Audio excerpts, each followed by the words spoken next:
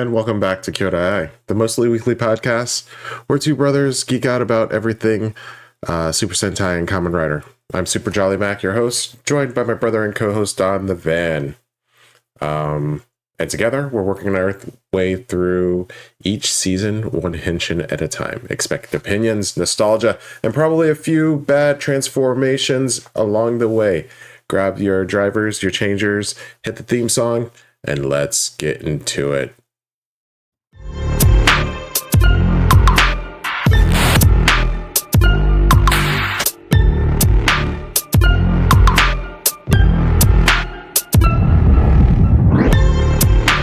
Good.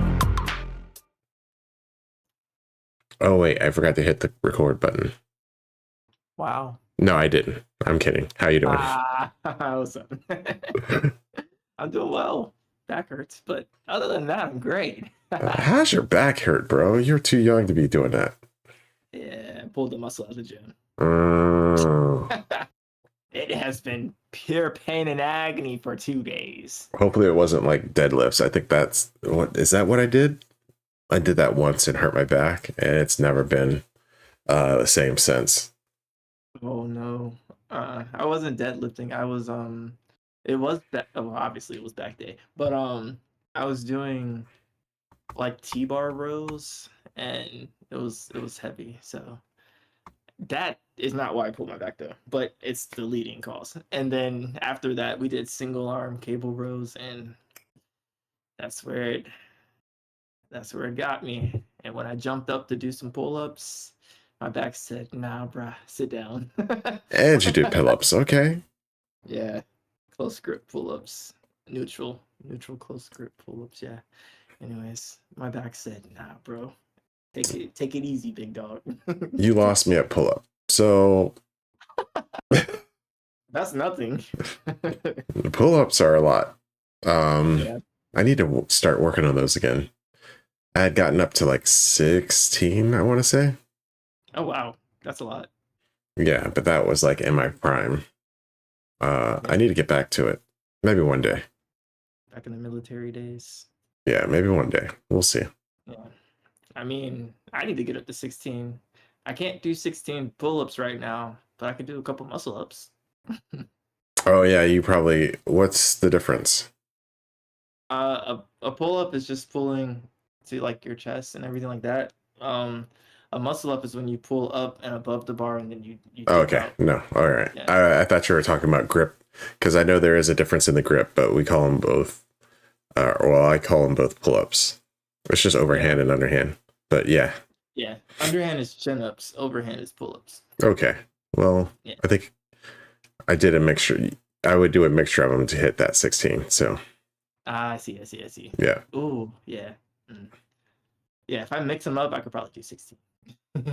Excuse me. No, I never tried it though. No. I never tried it. As soon as my back heals up, I'm gonna try it and see if I can do it. I'll let you know. I look forward to it. Well, let's go ahead and get right into it. What do we start with? Games? You been playing anything? No, but I should. I have I got Dragon Quest 3. Ooh. The remake. The HD 2D remake. So I might play that. I also got Resident Evil 9, which I haven't even touched yet. Have you played 8? No. Okay. I got 8. I need to play that, but I want to finish some other games first and then hit 8. But I really do. I don't know. I would like to skip to Resident Evil, but I would also like to go back and play some of the other games. I got RPGs. The problem is the RPGs take too long. Like, I know people complain about RPGs and like their length, especially JRPGs. Yeah. I like them, but when you're short on time, it's a little bit harder to run it. Yeah, no, I understand. That's how I feel about Resident Evil 4. I have not touched it. I don't think I played the remake. Yeah, I need to get the remake. I like the remake. It's pretty nice. Yeah, I haven't played the original. Not beyond the first little cabin. So. Oh, I played the original, but I don't think I beat the original. Yeah. So. I played your copy of the original. Oh, did you? Yeah, on the Okay. GameCube, I think. Yeah. Oh yeah, maybe. Mm-hmm. Hmm. You been playing Well, okay. I've been playing some 14, but nothing really. It's mostly been checking in because I'm trying to get that bigger house now. I got to upgrade. You know what I'm saying? But I might just give up. There's really not too much to do until the next update. So Yeah. I might go back, maybe get some mounts, get some new dances, finish some quests and stuff like that. But that's pretty much it for now. Yeah. Okay. Okay. D&D hasn't been being played, so I haven't had any updates on that. Oh. Oh, right. He's out of town. Yeah. And then Gloomhaven, Frosthaven. I don't think we didn't play the last couple of weeks, so I've been out of gaming. Yeah. Hey, it'd be like that sometimes. Yeah. Yeah. Let's move on into music. You been listening to anything? Uh. I think. I don't know. Let's see. Music. Well, I could Queens start. of the Stone Age, some Muse. I listen to Queens of Jack the Harlow's Queens of the Yeah. Stone Age. Okay. Yeah. Songs for the Deaf. I love that album. Some Muse. I listened to The Resistance, that album. Jack Harlow, he put out a new album, Monaco. I listened to that. I went back to some Sexy Songs for You, Party Next Door, and Drake. I think that's about it. I didn't listen to too much music. I've been listening to a audiobook at work, so it's been more so reading and books. How do you like those? I don't know if I can listen to an audiobook while I'm trying to work and still get my work done. Yeah. Uh, Yeah. I guess it depends on the type of work. Sometimes I have to like pause it so I can like critically think, but other times when it's just like plug and play or kind of routine stuff, I can just hmm. listen to it and just go. So yeah, depends on what I'm doing. Hmm. Mm-hmm. Well, I have been on kind of an old school kick. I forget why. Something happened where I put a song on my YouTube playlist, and it's been going kind of old school for the past week. So a lot of back in the day there used to be like 3-letter artists, and I'm hitting them all. So we got like LSG, we got TLC, we have SWV, Yes. 112, like a lot of like that era kind of R&B. No beat. Although I think they had like a couple songs I did like. I think they had a couple songs that were pretty good. But yeah, I don't remember BNS. Who's BNS? Boys in Sync or wait, no, wait, not Boys in. I meant In Sync and Backstreet Boys. I meant BSB. My bad. I'm tired. Let's go. I keep you on your toes. So yeah, a lot of that. Some old school hip hop came in, Little Kim and some other stuff. So yeah, it's been like an old school week for me. I'm not gonna lie. I might have to put that on a shirt. BSB. What did you say? Was it BS? Boys in Sync. Yeah.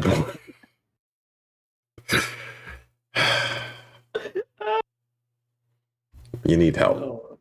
Oh, yeah, a lot, a lot of help. But yeah, that's all I've been up to. I haven't really been listening to too much this week either. Just a lot of old school stuff. Trying to figure out another podcast. I've been getting back into Dropout. Okay. But I don't know if I'm going to do a whole Dimension 20. I might do another Dimension 20 thing. I'm not sure. You didn't want to do Dungeons and Daddies. I did start listening to that. I got to like episode 5 or so, I think. What'd you think? I mean, it seems a little bit too off the rails for me, but You think so? yeah. I might give it another shot. I might keep going. Okay. We'll see. But yeah, it seems a little off the rails, but I don't know. And their play style is a little bit different than I'm used to. But In what way? like their roles, I don't know how to explain it. Like the way he has them roll sometimes, what he has them roll for. But I mean, it's just a different way of playing the game. Yeah. One day I do think I want to try to DM a game, so we'll see what happens. Ooh, if you try to do that, let me know. I'll play. Well, I might be able to do a one shot, but then we would have to have enough people to finish the one shot. Maybe if you come for Christmas, maybe we'll do it Christmas. Okay. I could probably get people for a nice one shot, depending on how long you're here. Christmas, maybe summer. We'll see. We'll see. Be nice practice for me. Yeah. Heck yeah. What's that? I gotta join you guys for Gloomhaven too. You gotta let me know when you guys do an online game. Next weekend, next Sunday might be the next online game. Okay. So I'll have to see. Yeah. Set up, yeah. So you can try it. Yeah. See if you like it. Do you have it? No. I might have to check my own. Right? It's on Steam and it's on PlayStation. It's got to be cheap by now, I would think. But what do you play it on? PlayStation or Steam? I play it through Steam. Okay. Well, I have a new PC, so I will do it on Steam. Speaking of PCs, though, as soon as I get another graphics card to upgrade it, I'll play some Final Fantasy 14 with you. Oh yeah, they did update all of the graphics for that. That's why I bought my new graphics card for 14. Yeah. Like a 10-year-old game. And that's the one that made me upgrade my graphics card. But yeah, what did you upgrade to? I don't know, 1070? Is that like pretty new? Okay. I don't know. My friend gave me his old one and it's a 970. Yeah, I think it was a 1070, I want to say. Or 1060. I think I might have splurged for the 70. I can't remember. Okay. Radeon or GeForce? GTX? I don't remember. Okay. I built it. Yeah. I build it. All of my brain power goes into building it, and I spec it all out, and then after that I'm like, it runs good. I forgot. So I mean, I could pull it up, but it's all the way in the corner, so I can't find it right now. I could do it later. Yeah. Yeah. Either that or I'll play on PlayStation. We'll see. I'll add it into my budget. Heck yeah. Okay. Was that it for music? My bad. We kind of sidetracked. Yeah, that's fine. Yeah, I think that's it for music. So what about watching? You got anything for watching? Watching, I've been keeping up with Hell's Paradise, which I've really been enjoying season 2 over season 1. It's been pretty nice. Like, yeah, they took a long time to get here, but it's nice that they're back. I've been trying to keep up with Freerun, which has been pretty nice too. Like the newest, I haven't watched the newest episode, but all of them leading up have been pretty nice. I've been trying to keep up with Sentenced to Be a Hero too. That one, it's okay. Oh, you're starting to join my side, huh? It's okay. Well, it's still interesting, and I think I like it because of the villains. I don't know why, I just like the villains, but the villains are compelling, and I'm waiting till the villains actually like step it up. Like they're starting to like step in. Like you can now see the villains of the show stepping in like the team. So I'm waiting before I give like my final verdict until like the season is over and to see what they do with that. But if we're just going off the heroes, I mean, they're cool. I like their dynamics, but I don't think it's enough to stand up to like a Hell's Paradise or like a free run, especially not a free run. No, definitely not a free run. But the Yeah. villains, they have enough to sway it into like that was a good show. So we'll see. It'll just be like a slow start to yeah.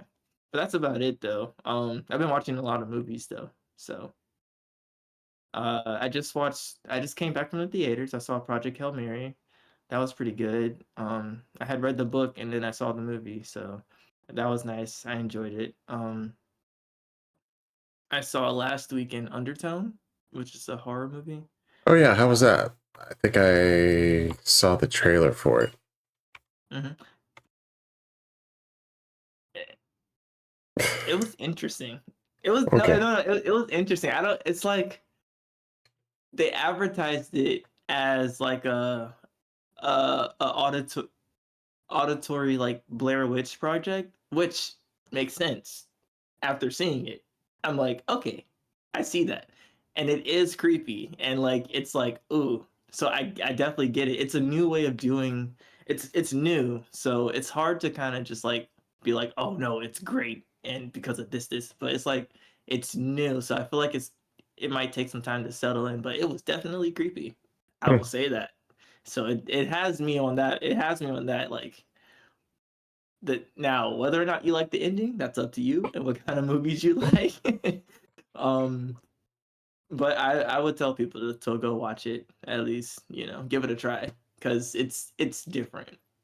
So I Okay. definitely would say give it a try if you're into like the found footage type of stuff. Like it's like a audio found footage. It was a really accurate description of it. I'm not gonna lie, that was a really accurate description. So yeah, like a audible paranormal activity. Okay. Uh But it was cool. It was cool. It was cool. And then tomorrow I'm gonna go see Ready or Not 2. So yeah. hmm I'm excited for that I one. still gotta see the first one. But First one's, in my opinion, is good. okay. We'll see. Yeah, I like Maybe it. I I'll like those type of movies. Yeah.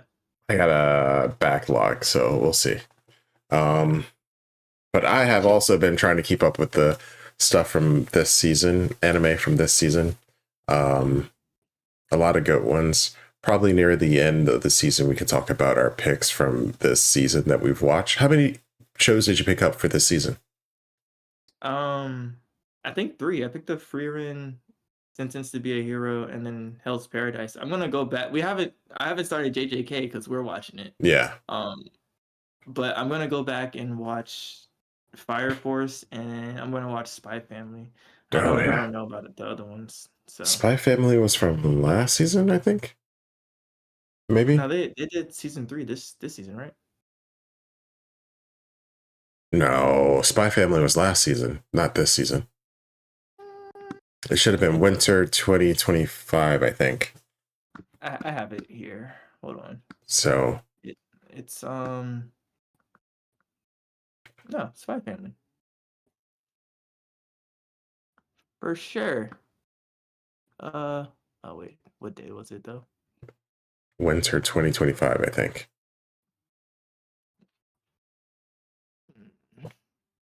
So for this season, I picked up five, I want to say. Sent Us to Be a Hero, Kaya-chan, Waka Wakanai, what else? Free Ren, Oshinoko. I think there was a fifth one. Maybe not. There was a fifth one. And then I finished off Spy Family and I'm trying to finish Ranma. But I think those were both from winter of last year. Mhm. So yeah, pretty packed season for me, but we can talk more about that once we get to the end. Was it Shibuya Joy Mm, of Death Game? yeah. Put your foot on. Yeah, Yep. that was the one. That was the fifth one. Okay. And you're right. It's not here. Winter baby. Sadness. I mean, there's no sadness. It was still really good, but yeah, I think it started last season. Yeah. Um, Other than that, I also ended up watching Weapons. I finally watched it. What'd you think about that one? It wasn't bad. It wasn't bad. It wasn't bad. But I think I agree. I tried to ignore all the hype. Like if I had gotten hyped up by all the hype, I don't know how much hype was on Weapons. I remember everybody's talking like it's definitely not the scariest movie ever. No. But it was a fine movie. Yeah, I don't know if they were calling it scariest movie. I think it got a lot of attention because of Jordan Peele. Like he wanted to direct it or produce it or something, but something about his team, something happened with his team, and like they lost the movie or something. Like allegedly he fired people because of it, and then and then it got picked up by somebody else. But I think it got a lot of attention because of that. So, I could definitely see Peele doing this movie. Yeah. Yeah, it would have been different if he had done it. Yeah, I think it would have been different. Like, I don't think it was bad how it was. I definitely think he would have changed some things up, but I think it would have been a good fit for him. Yeah. Yeah. Yeah. That would have. I would like to see how that would have changed the movie. But overall, it was a decent movie. It's not the scariest thing ever. Not too gory. I don't like gory movies, so I think it was right there in that pocket. That was okay. I could have used a little bit more spooky, but I think it was fine for what it was. Yeah, I agree. It was excuse me. It started off with the interesting premise, and then it just kind of hit like a switch, and I was like, oh, okay. Yeah. So yeah, without spoiling it, I guess. Yeah. And then I wasn't as on board with some of the acting. That kind of took me out of it at the beginning. But it got me back into it. It was okay. Yeah. So I'm with you. Not too bad. I'm with you. Did you watch another episode of Derry? I did not. No, not since I watched the second episode, which I think I told you about last time. Yeah, you did. So yeah, I prioritize the anime, and then maybe I'll watch something tomorrow because we don't have D&D tomorrow either. So I might watch something else. I'm trying to figure out what to watch. Okay. We'll see. I'm so eager to hear your thoughts on Derry. On Derry? Maybe I'll get back to Derry then. Yeah. That one I want to hear what you thought about the whole thing. Okay. Yeah, I'll get back to that one then. Maybe that's what I'll do. Try to do that before the next episode. Okay. But I think that's it for watching, right? Yeah, pretty much. Nothing crazy. Did you see the trailer for Spider-Man? I did not watch it. Okay. Yeah. I'm not sure. Usually I skip the trailers.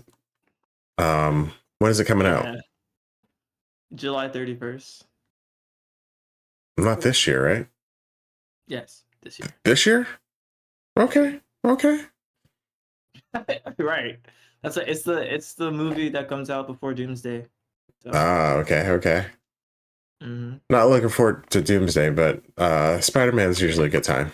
I wish Enter the Spider-Verse would come out, but Yeah. Beggars can't be choosers, I guess. But I will say the trailer looked pretty good. Okay. So maybe I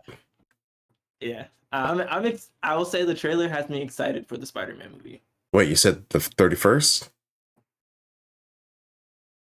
Yeah. Why are you laughing?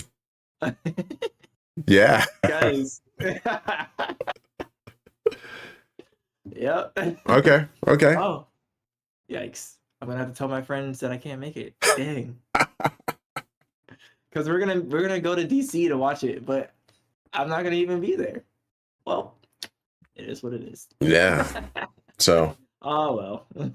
I'll tell them to come up to you. Hey, if you want to do that, we could do that. Make a night of it.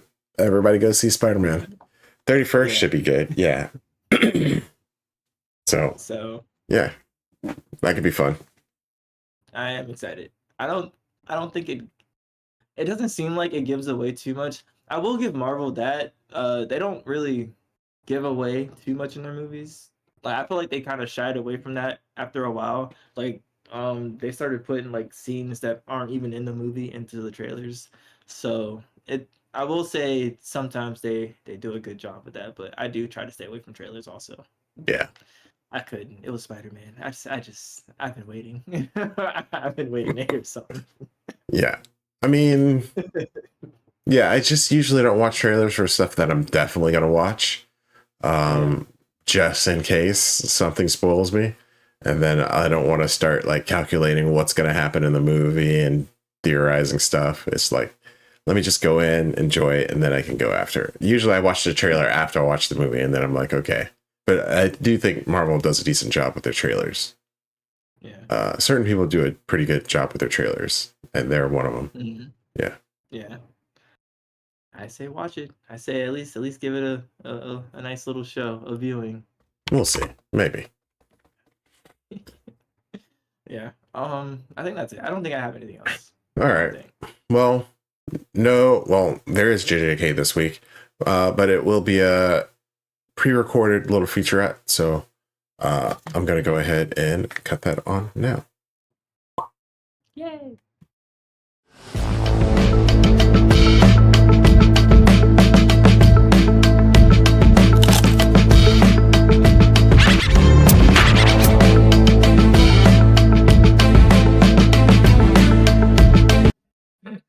And welcome back to another special episode of Kyoudai Ai. Or actually, it's supposed to be a special episode of Jolly Reviews. This episode is Kyoudai Reviews, though, and we're going to review the movie Jujutsu Kaisen 0.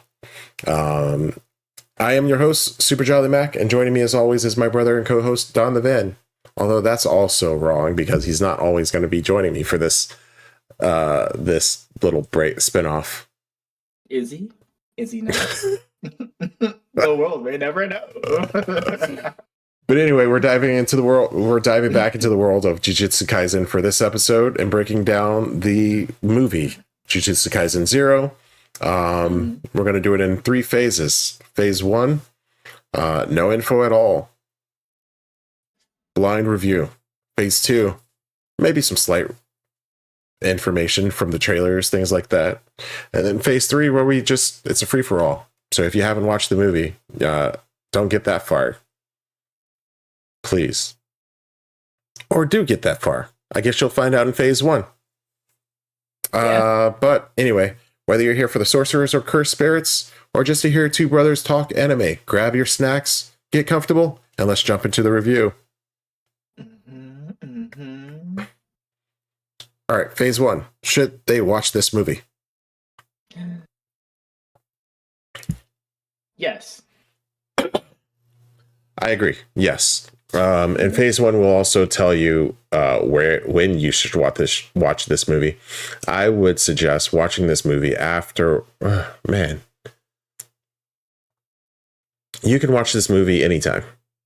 You could watch this before season 1. You could watch this before season 1. You really could. But I mean, watch it after season 1, before season 1. Watch it before season 2. But yeah, you could watch it before or after season 1. You're funny. You're funny. I think I would recommend to watch it after season 1 because I don't know if they go as far into depth with the whole like the rating system. Remember, we're in phase 1. Yes, I know. I'm not giving spoilers. I'm just saying, as far as like the information they give you to like get you into the world, like if we're talking about entry points, I think season 1 might give you a better because it's spread out a little bit more. There's some information. Let me rephrase that. The way that they give you the information is different. It's a little bit more condensed in the movie, whereas it's a little more spread out in the show. That's where I was getting at. So So yeah. No spoilers. But yeah. I would say you can probably, if you want a more spread out thing where you can take your time and like actually understand it, like they break it down a little bit more, watch the show first, season 1 first. If you don't mind, you just kind of want to condense intro to the world, a cool story, watch the movie. Um, and that's enough for the non-spoilery section, because if I say any more, it'll be in phase 2, so we're Yeah, not gonna do that. I agree. You can watch it before season 1 or after season 1, but I would probably recommend watching season 1 and then going into the movie, just because you get a little bit more time to marinate with the world and then go into the movie. But you could do it the other way around too, and I think you would get the same effect. Yeah. So that's it for phase 1. Let's go on to phase 2. Some slight spoilers from the trailers that we haven't watched. Did you watch the trailer for this one? I actually didn't. No. Yeah, I didn't either. But this, should this be in phase 2 or phase 3 I don't know what you're about to say. when this occurs? Well, you mean like in timeline? Yeah. I mean, it's not really a spoiler. That's kind of in the promotion. Okay. Because like, I mean, it's based off the manga, and if you know that much, you know that obviously Zero is the prequel. Yeah, so. you would think that happens before 1. So I say yeah. Like and it's a prequel movie. Yeah. So which is why you could watch it in any order. I think once again you should watch this, but I think they do a good job. The characters that come in, you get a little bit more about them, I think. In the movie, they talk about some things that they didn't talk about in season 1. They do clarify some things that may have been confusing in season 1. I think the movie overall, they did a good job balancing all of that, and I never really felt lost. Yeah. So I think they did a good job balancing all of that info. I don't know if I thought it was a prequel or knew it was a prequel before heading in. I think my first watch, I did not know that, and I went in, but it was a good time. It's more JJK. If you watch season 1, like we would recommend watching season 1 first, you should know what you're in for, and the movie basically keeps it going. So yeah, they did a good job. Yeah, I should have said this in phase 1. The fights in this one are top tier. Yeah. the fights in this one are still top tier, if not better than season 1. And it's so. Did Mappa do season 1? Yeah. Yeah. Did they? Yeah, they did all, okay. Yeah. Either way, they do the movie, and yeah, Mappa's always like top tier. They're one of the other. Well, I only know I think Mappa did. Yeah, I only remember a few of the animation houses, and Mappa is always like usually top tier. Yeah, like I'm thinking UFO table, but I'm thinking like Demon Slayer, and then I'm thinking Mappa because I just finished watching like Hell's Paradise, so it's like yeah. But I think Mappa did do JJK like all the way through. Cool. Yeah. But yeah, I recommend it. It's a prequel. Like the amount of story you get as far as fleshing out characters, you can get either before season 1 or after season 1, and I mean I think you'll have the same effect. You know, all it will do is just give you a more insight into certain characters. Yeah. Without spoiling anything. Yeah. So let's go ahead and get on to phase 3. Oh, thank goodness. I can't hold myself. You have been unleashed, and you have been warned. Spoilers ahead. Yeah. I can't talk that much about non-spoilers, but when it comes to spoilers, oh baby, let's go. Heck yeah. All right. So we're getting into spoilers. So what this movie is about, obviously you've seen it, but we're gonna do a little summary. I guess we could have done a summary in the other phase too. No. But it's okay. We're here now. So obviously, this movie is a prequel, but it follows one Yuta Akotsu. Forgive me, I struggle with names. Yuta Akotsu, Rika Orimoto, and then also Suguru Geto. It follows these three people. And he's a pretty main part of the story. I'm not gonna lie. So it follows them. And as far as like a perspective, as far as where we are on the timeline, we all remember are they third year? Are Monkey Panda and Toge third year in season one? In season one, I think they're second years. Second year? I don't remember. Okay. So as far as timeline goes, this is 1 year before our main trio of Yuji, Megumi, and Nobara show up. So just think 1 year in the past.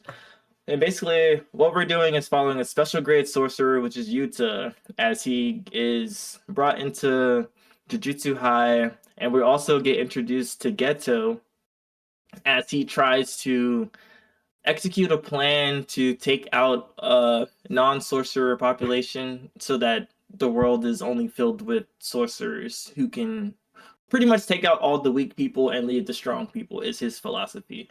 So that's pretty much the gist of the movie, and we get a backstory for Yuta, and we get more of a backstory for Geto, who is, as you guys know, our villain in season one, or one of the villains in season one. He's a part of that team.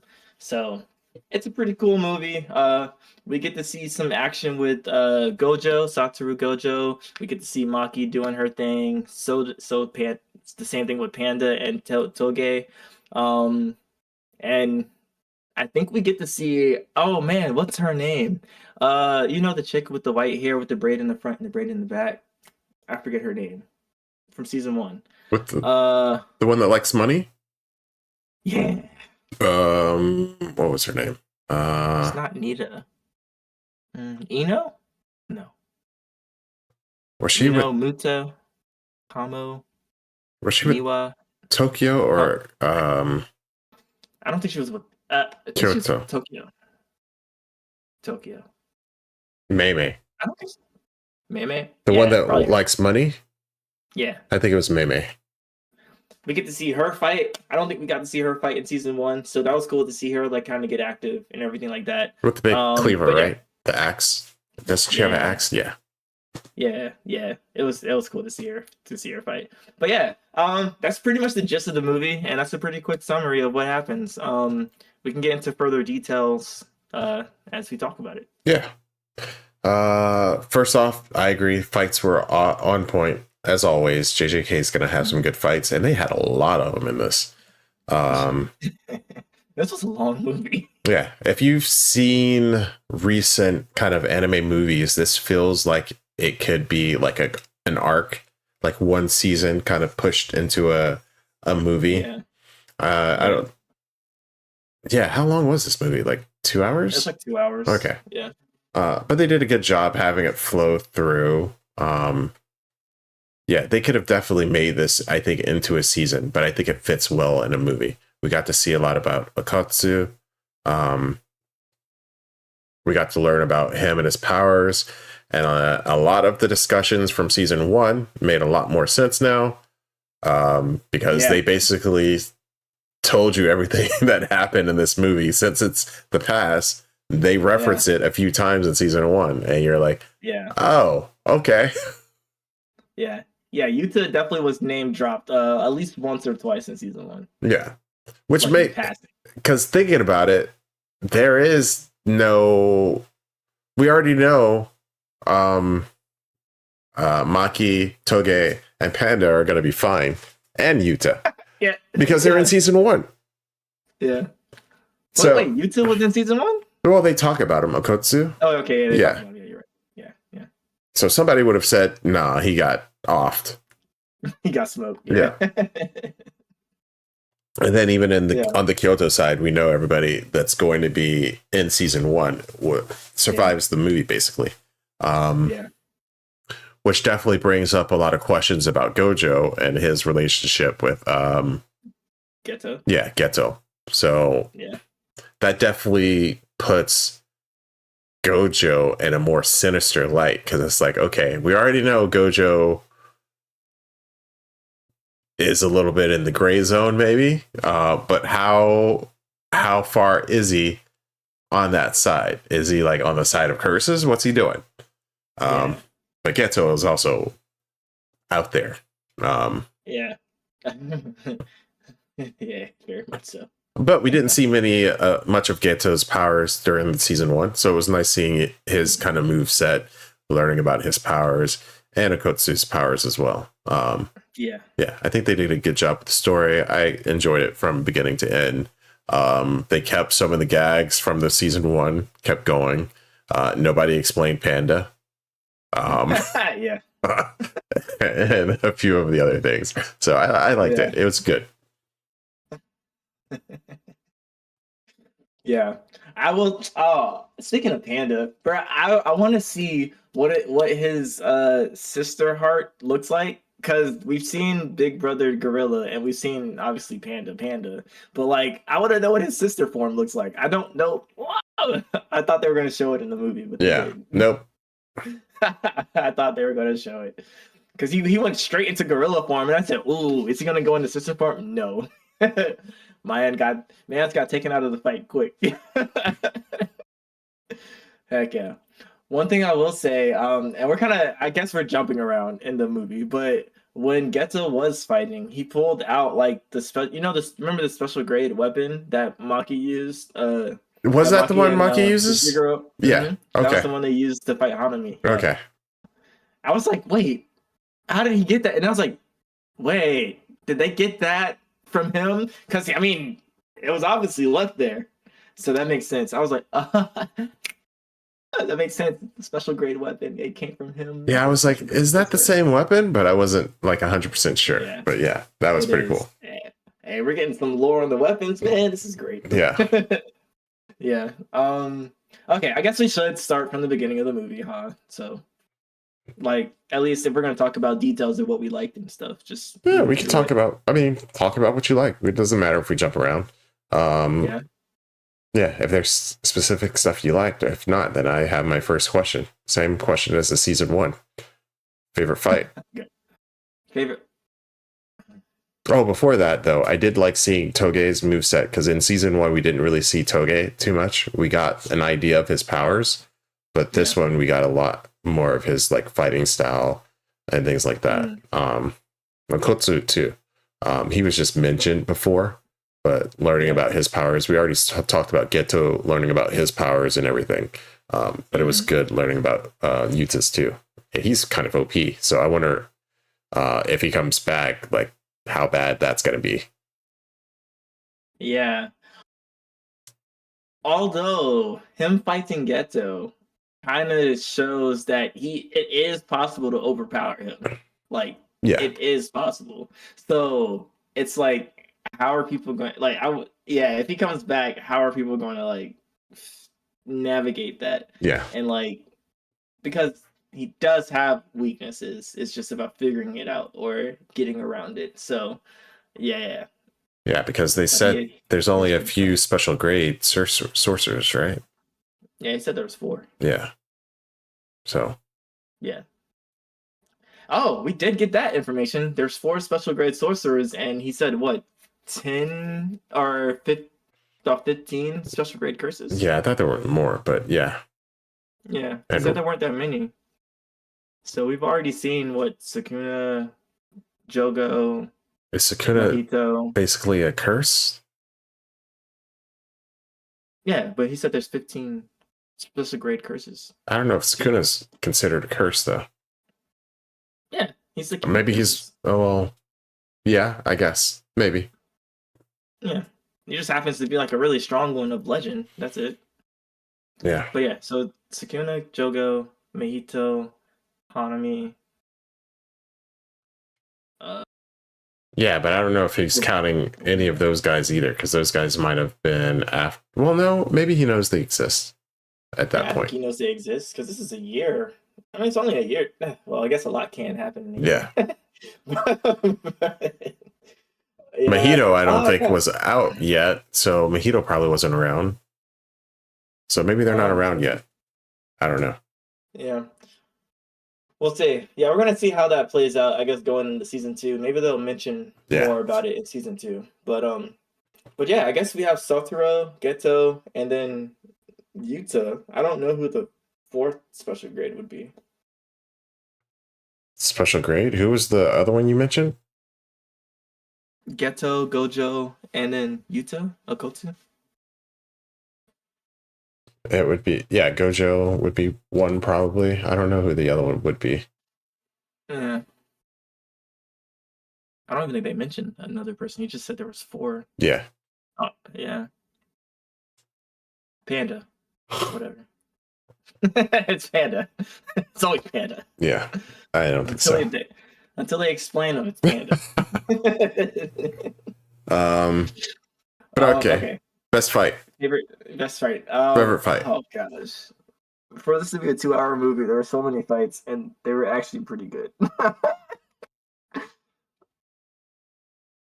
Okay. Favorite fight overall. Because I was just about to say my favorite moment in a fight, but favorite fight overall. I'm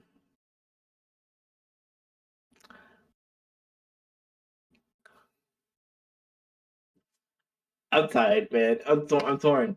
Mine is between Gojo and I don't know his name. When they were in the city fighting with the 100 curses, when he was fighting the dude with the rope and everything like that. Yeah. It's between that because Gojo was throwing straight hands and like that animation was so clean, it's ridiculous. I said, oh, you can see every hand thrown and every hit. I was like, oh my gosh, it was great. I'm sorry, I geeked out. It was great. And then also, I gotta say, when Geto fought, I'm trying to figure out what part of the fight it was because that was a long sequence. Because he fought Maki, then he fought Panda and Toge, and then he's also continued to fight Yuta. So like, I don't know if that counts as one fight or if that's like 3 separate fights. Yeah, I mean, I would probably say Wakotsu versus Geto was probably the fight for the movie, obviously, because that's the climax. But yeah, I was the same way. Gojo's fight against Main Man. What is he from? Yeah. Somewhere in Africa? Somewhere, yeah. Yeah, but yeah, that was a pretty good fight. I didn't remember it being that good. It was so good. It was so good. Because like, okay, so funny thing is, when I watched the movie the first time, I only made it to the halfway point and I never like finished it. Like I fell asleep. Like I even told my friend about it, and like he was talking about it. He was like, "I thought you finished that movie." I was like, "No, man, I only watched half of it." He's like, "Oh yeah, you did fall asleep, did you?" I was like, "I did." So it was cool to see the second half, and I remember the exact point where like it just goes black for me. I was like, "Yeah, I don't remember nothing after this." So it was great. But yeah, that fight was good. It was because you got to see a little bit of Gojo, using like his powers again. Because I think in the season 1, he threw out like a purple sphere that kind of like tore through the landscape. But in this one, he used like a red sphere and like decimated like a curse and he decimated a curse and like blew out the whole landscape behind the curse. And I was like, oh crap. Just talking with him, you're in the way. I was like, what? It's insane. But he was going stupid, and the hands, like the hand-to-hand combat was crazy. But I gotta say, I'll give it to Geto and the Panda Toge fight because we saw Geto go like kind of. That's like I don't want to give it to the Geto and Yuta fight because I mean that's the ultimate, that's the ending fight. Obviously, it's gonna be the greatest. Yeah. Okay, whatever. I'll give it to that. That fight was great. I can't hold it. That fight was great. Geto, he went stupid with the hand-to-hand combat. You get to see him use the special grade weapon against Yuta and against Rika, and it was kind of awesome. Because at first I was thinking that Yuta really couldn't fight too hard without Rika, but he can. And it was interesting in the fight because you could see Geto literally ignoring Rika and going straight for Yuta because his plan is just to kill Yuta. And it's like, oh, he's really not even paying attention to Rika. And it's like, that's the craziest part because Rika's the one that can kill him easy. Mm-hmm. So I was like, oh, I was like, that's insane. That's cool. So I'll just give it to that fight, whatever. Yeah. My bad. That's long-winded, but that's mine. What about you? I already said that's the fight. Yeah. Yeah, the other one's pretty cool. I did like Toge's fight in the area, and then we got to see a little bit of the team play against Akotsu and Toge. But yeah, it's probably Geto versus Akotsu. That's the fight. The other ones were cool too. I did like seeing the whole whatever they call it, the 100 curse march in Kyoto and Shinjuku. Where was it? Shinjuku? Yes. Yeah. I think but that was pretty cool. And then seeing Gojo kind of throw Panda and Toge, that was pretty hilarious too. Oh yeah. Yeah, he'd straight wipe the floor with them. Easy. Hate to say it, but he did it easy. No, I meant Gojo sending them back to the school because he's like, oh, something's going on. Yeah, Gojo is diabolical for that. I'm not gonna lie to you. So he said, oh, he's there? Yeah, you guys are gonna get wiped. I need you to go back there anyway. I was like, no way. He's like, just buy me some time, please, at least. Yeah. So, but that was a cool spell though that he used to send them back. I didn't know that they could do that. So I was like, oh, why haven't we been using that at all in season 1? So yeah. So I thought that was cool. Yeah, the 100 Curse March is that was cool to see. It makes me wonder if they're gonna mention it like moving forward, like it's gonna come up in reference, like as a key event that happened in the Jujutsu world. I think they mentioned it in season 1 with Toto. I thought they did. Maybe they didn't. Oh, they might have.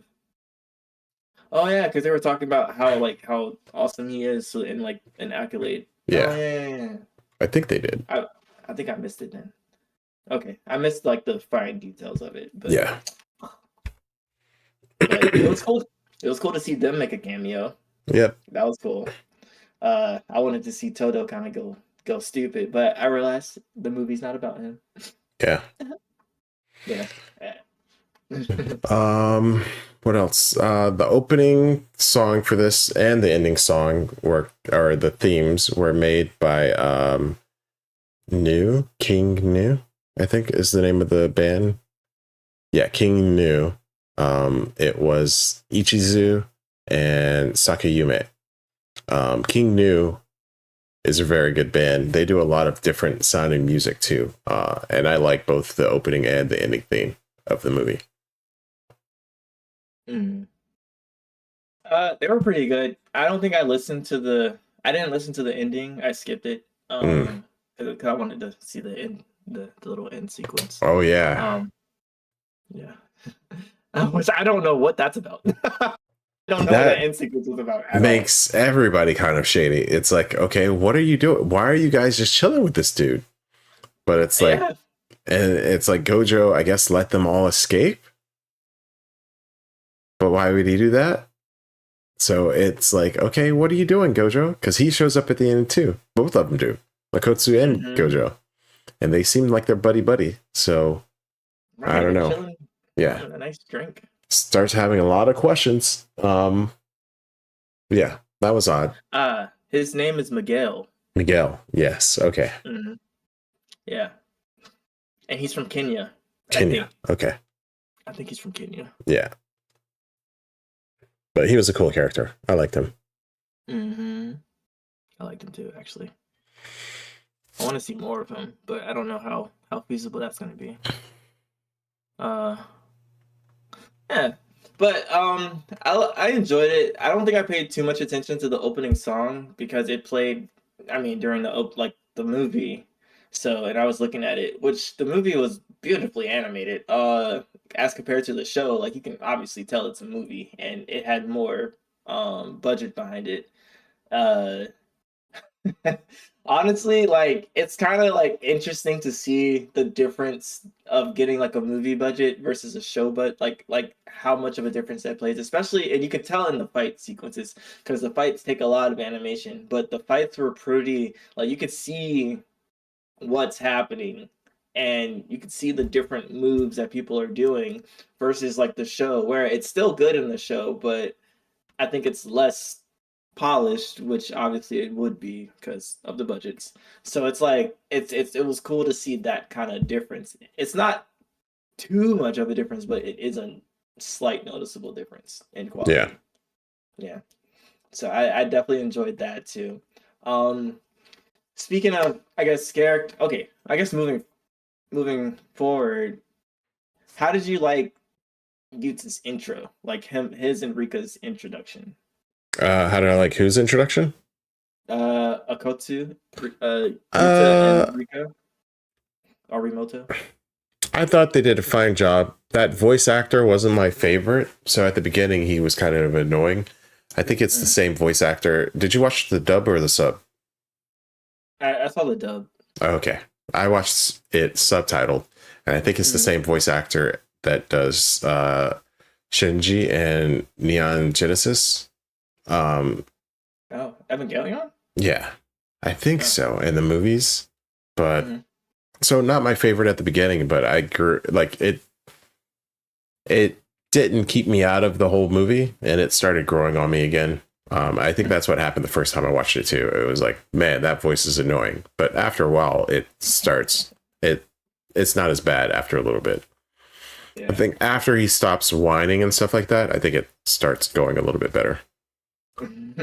He has the classic case of the Zenitsu going Yeah. on. So I thought they did a good job introducing him, slowly doling out part of his history, and revealing things until the end of the movie. So I think they did a good job with that. I liked it.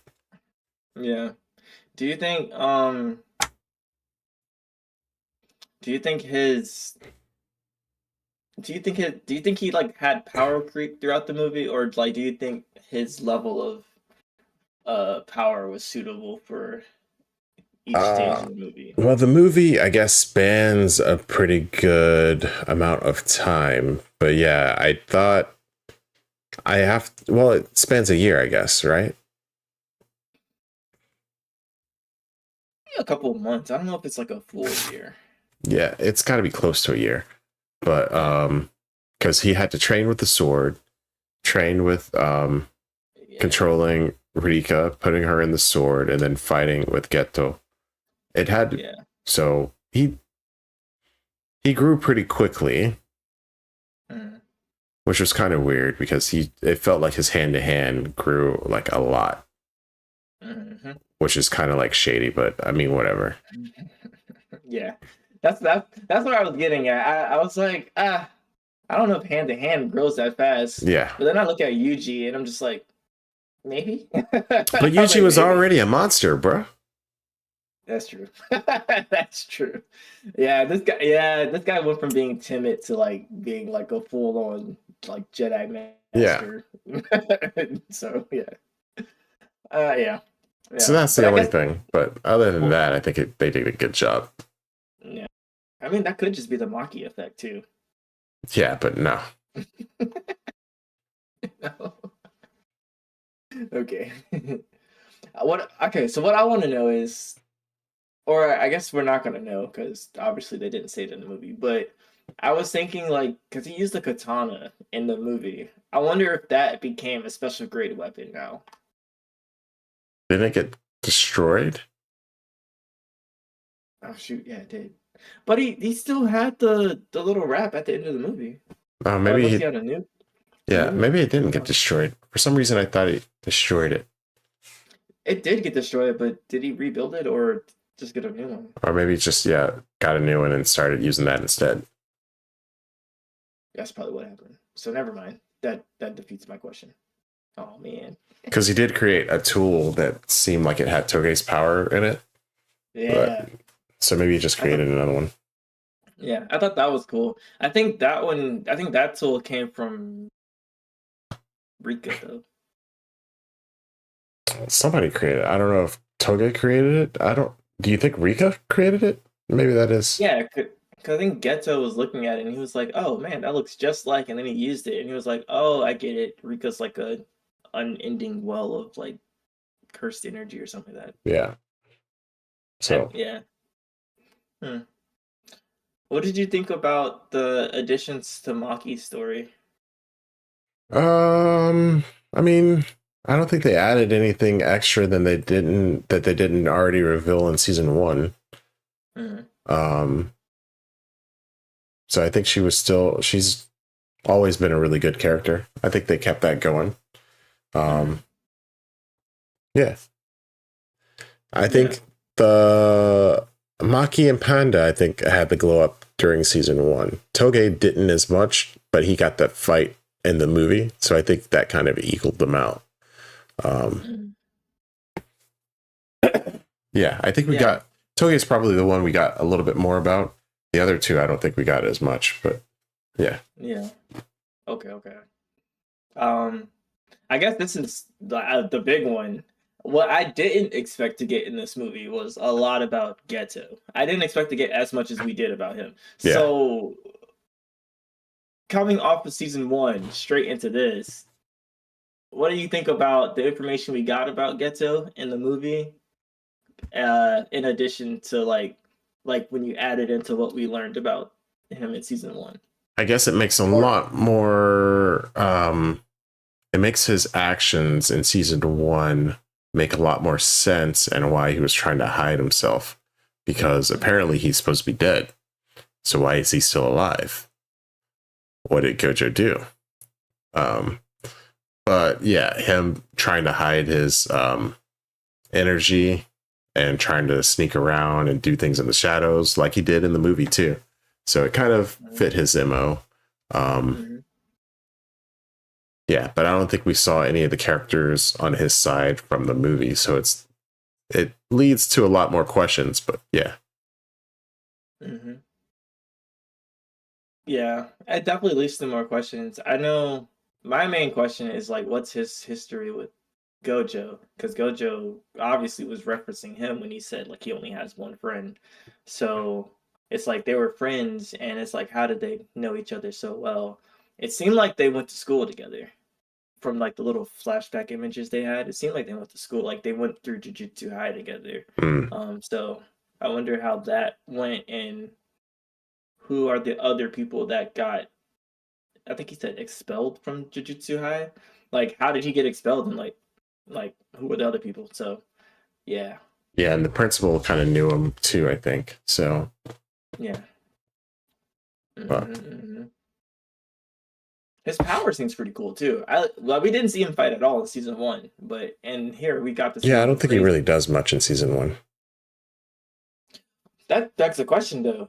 If his power is to control cursed spirits, do you think he's controlling the special grade curses from season 1? No. No? At all? No. Because he like consumed the ones that he was using. Yeah. But then he let them out. But like, do you think he like just lets these out and roam around? Yeah, I don't think so. No. Alright. Respect the question. Okay. Yep. Okay, so we did favorite fight. I mean, can we do favorite character? I don't think so. There's not that many. Out of new characters? Yeah, there's not that many. No, there's not that many. So what did you think about, I guess, the whole Yuta and Rika situation about like, I guess, releasing the curse and everything like that? And then yeah. I think that was kind of confusing, but I think it was kind of confusing as it went on, but it does make sense. So it's like, okay, Akotsu was actually the one cursing Rika. And then it's, okay, well, if Rika wants to, she can kill him now because she was the one that got cursed by him, but she's got to let him go. So then the question is, okay, I guess he doesn't need Rika. He has the power all along. I think that's one of the things I'm hoping that he comes back in, and maybe we get a little bit more details on that, because he's obviously, I think he's supposed to be from the same family as Gojo, right? Yeah, I think Yeah. yeah. I think at the end Gojo was like, "Yeah, we're like cousins." Yeah. So yeah. So I'd be curious on how his power actually works. Yeah. Yeah, I thought it was pretty good. I like the storyline. Yeah, I thought Yeah. they did a good job with that. Okay. What about you? Um, I thought it was pretty cool. I think I'm in the same boat as I would like to get some more information about how he's like his power because I originally thought, from my understanding, that it was Rika cursing him.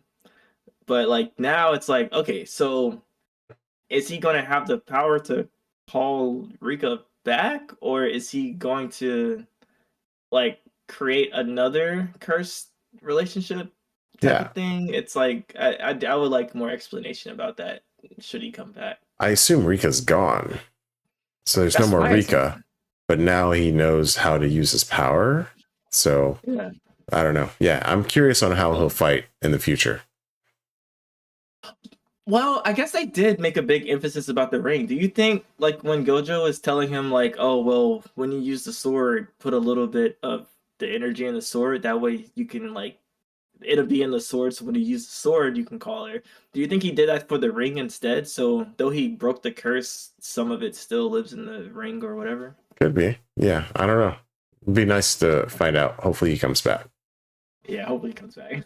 I hope so. Season 2, fingers crossed. Yeah. Um, Yeah. Um, um, um, um, um. anything else? It's a pretty good movie. I liked it. Yeah, it actually was a good movie. So, Uh, I'm trying to think. Favorite song, favorite character. No, not favorite character. Favorite fight. Yeah.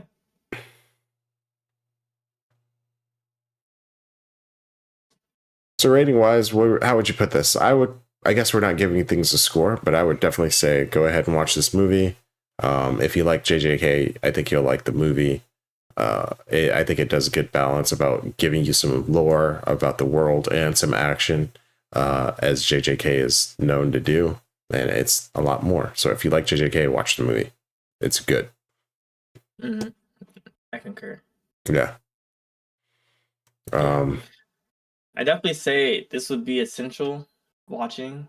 Um, One, just for getting the more information on Yuta, and also just getting more information on Geto. I say it would be yeah. essential for that Yeah. to get a complete picture moving forward. Yeah. And the other Mm. characters and how they interact with Geto, because you kind of see that there's factions going on, and something's it's a lot more confusing than kind of season one let on. So I'm curious on how Yeah. that'll keep going in the future seasons. Hmm. Agreed. Yeah. Agreed. Oh, I'm so excited for season 2. Yeah. I'm so excited we can finally start watching it. Let's go. Oh man, that means we're so that much closer to season 3. Mm-hmm. Oh man, I heard season 3 is actually pretty good. Oh, good. Yeah. One day. Well, actually, is it? I don't know if I actually heard that it's good. Oh, okay. now Well, that now that I think about it, yeah. I don't we're know. gonna find out though. We are. And that will be next. So if you haven't seen Jujutsu Kaisen Zero yet, I don't know why Watch you're it. still watching this, but yeah, trust us, it's worth a watch. And I think that's going to do it for this review of the movie. Thanks for hanging out with us again as we talk Jujutsu Kaisen. Stay tuned because we're going to head right into season 2. But, and now we're back. I'm sorry, I can't keep a straight face. Wasn't that exciting? That was great. Please be excited. All right, please, please. We worked so hard on that.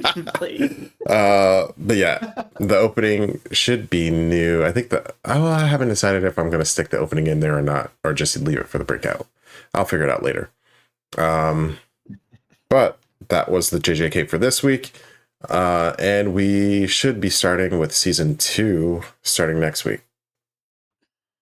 I'm excited. Yeah, I'm excited as well. Because I don't think I remember too much about season 2. Well, I remember the main points of season 2, but not the details. So I'm ready to rewatch that one.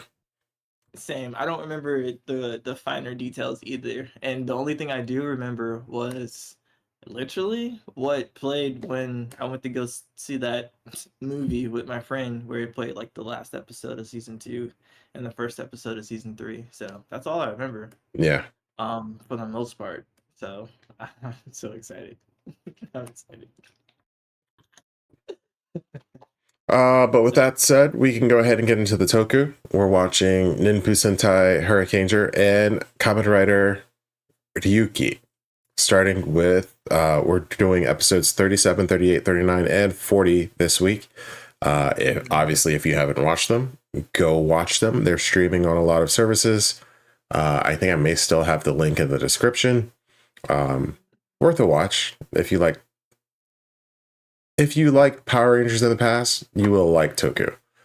If you're this far into the season, you should already be watching it and know what we're doing. But just Yeah. FYI, give it a watch. It's a fun time.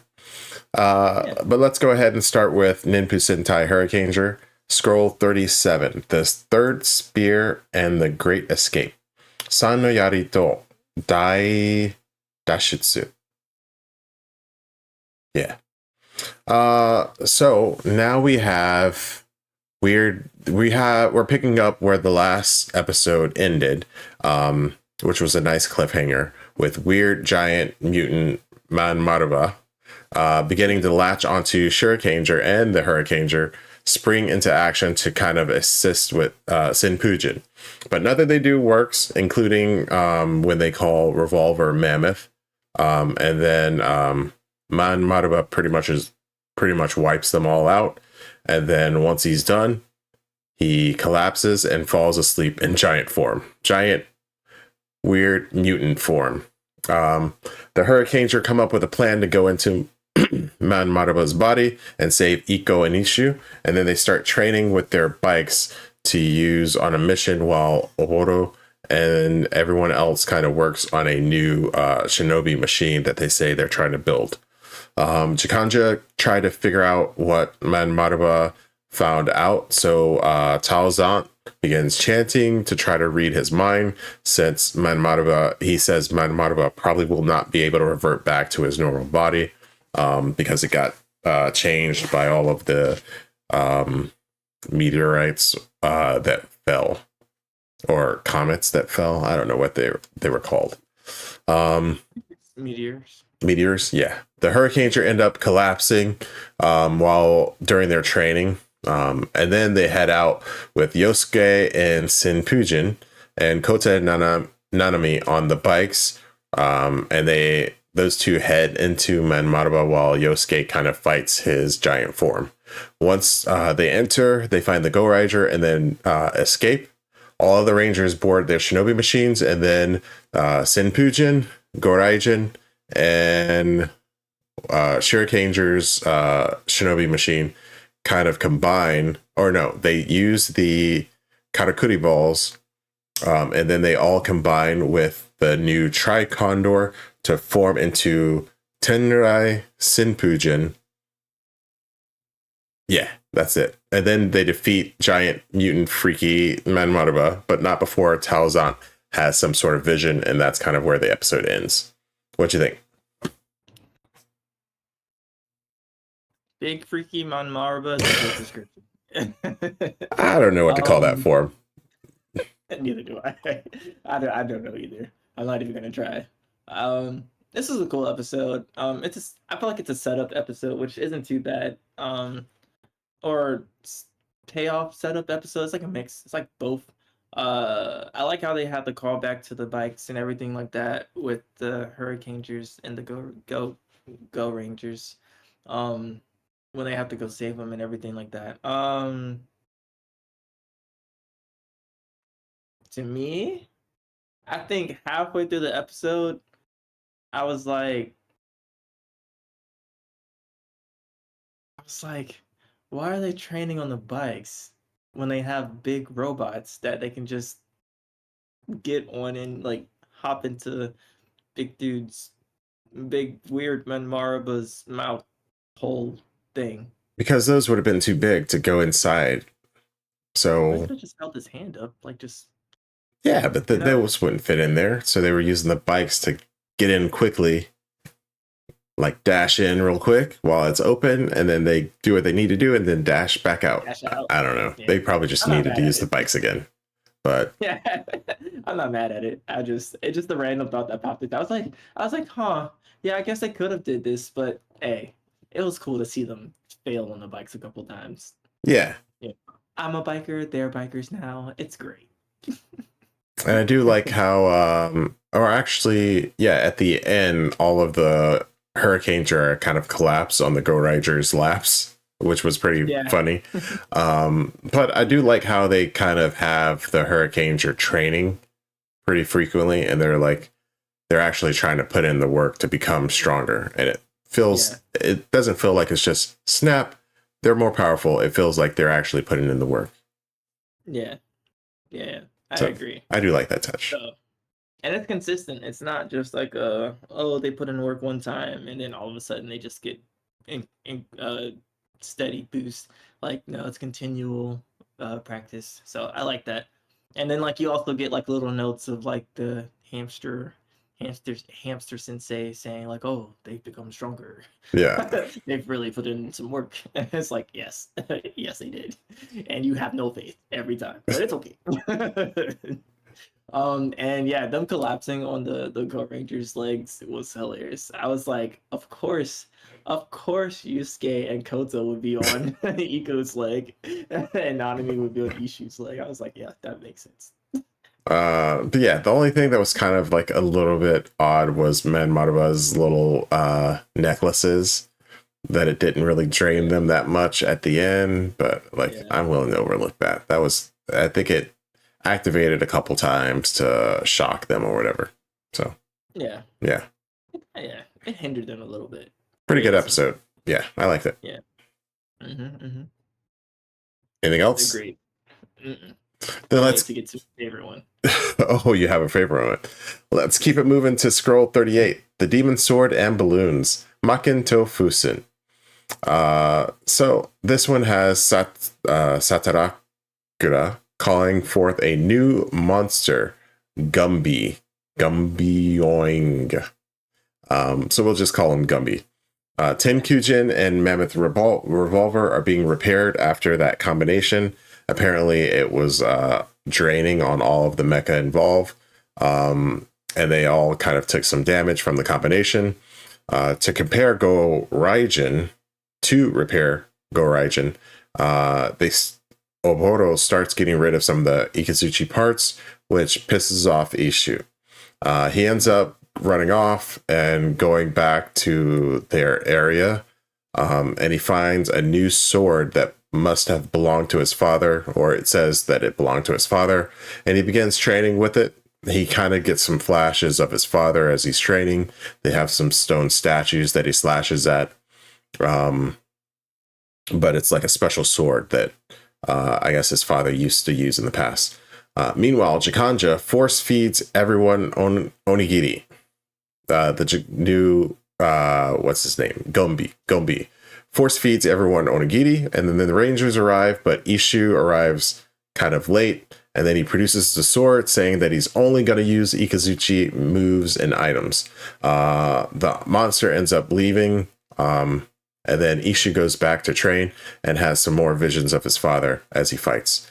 Satarakura reveals that Iko's sword is kind of evil, and then Gumby gets sent to attack the city, and then he activates the power, which turns everyone into balloons. The Rangers minus Ishu show up to fight him off. Well, and then Ishu kind of shows up at the last minute. He arrives, and then he starts using a huge attack with the new sword, which ends up hitting the rest of the Rangers, causing them to get damaged.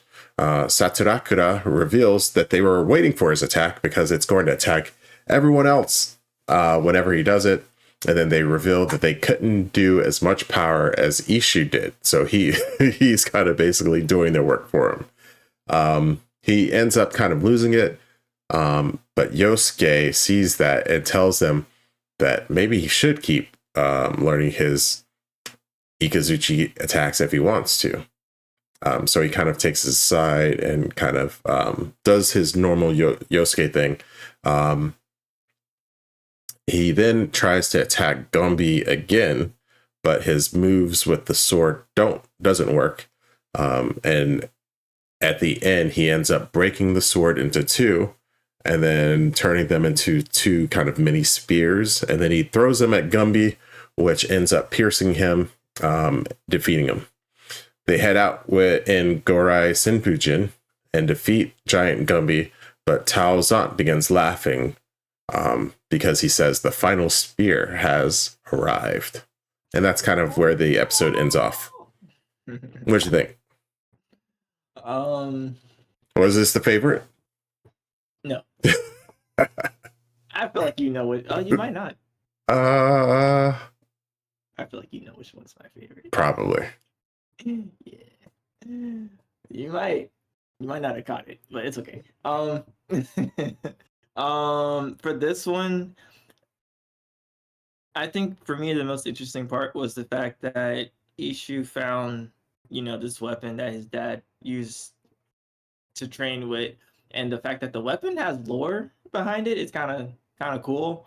I would love to know more. I don't know if it's going to be brought up again in like a later episode. I don't think it got destroyed. He just kind of broke it in half. So I don't know if he's going to like use half of it, but yeah, I don't know. And more so I brought up questions for me of like, well, who really is their dad? And like, is he still around? Why was he training with an evil sword that made you like literally lose your mind and attack your friends? And it's like, I don't know. It's like the way he trained Ishu and Iku. It's just like, oh man, I don't know. He has to still be around. Like I feel like he just disappeared and just like they didn't say he died. I don't think so. It's like I don't know. This episode posed questions. It made me form questions. So that's what I think about it. It made me form questions. But I did enjoy Ishu getting his own like little episode. Yeah, I was shocked. At first I was like, well, why did this sounds like something Iko would do? But I think by this point in the series, they've had Iko go through his whole journey. And now it's like, okay, yeah, it would seem kind of weird if he just reverted back to doing the same old thing. So I am glad it was Ishu. It fits really well. Yeah. Yeah. Mm-hmm. But their father was, like not the best person. So he feels more like a villain than anybody else. Yeah. Watch him be the big bad. He left and came back. I don't know. It could be. Like, I don't know. Oh, theories. Let's go. We'll have to do it. We'll have to do it later, though. When we get to your favorite episode. Okay. Wow. You're funny. But yes, I agree. Okay. But yeah, a good episode. I liked it. They had a lot of action. Ishu kind of losing his mind was, I think they packed a lot into this episode. So I liked it. Him not being able to cut the rubber guy was pretty funny. And then piercing it, which kind of makes sense. Although you should be able to cut it too. But I think that's normally what happens with rubber. So it's fine. Yeah. Yeah. Yeah. I do like how the way they have to attack the villains makes sense to the theme of the villain. Like, yeah, I do like that. That's something I did notice throughout this season. Yeah, and then Oboro kind of giving them a hard time when they're like, "Yeah, we're gonna get rid of all these Izuchi parts." I'm like, "Really? You just gonna do it like that? That's kind of messed up." Right. So. Yeah, it's like, you know what, Loki, if I was Ishu, I'd lose my cool too. Yeah, you know what I'm saying? So I was like, yeah, all right. Heck yeah. You kind of asked for this. I was surprised Iku was pretty cool. I was like, what? He said, hey, yeah, he's like, whatever. I mean, whatever. Yeah. So, but yeah, good episode. Yeah. We can keep it moving with Scroll 39. The Seventh Spear and the Mysterious Stone. Shichi no Yari to Nazo no Ishi. So we get the seventh spear, Sandaru, and he arrives to Jakanja. The Hurricaneger are trailing Shurikanger and trying to figure out his real identity or what he's doing, but he eventually gives them the slip. The rest of the spears attack Sandaru to kind of test him out, but Tazan eventually gathers them all together and lets Sargon send his most powerful puppet, Fushokuruga. Basically, he's a moth that not rots. What does iron do? Corrode. He's a moth that corrodes things. But we don't know that at the beginning. Eventually, Sargon and his puppet head to Earth to sprinkle powder that starts corroding humans.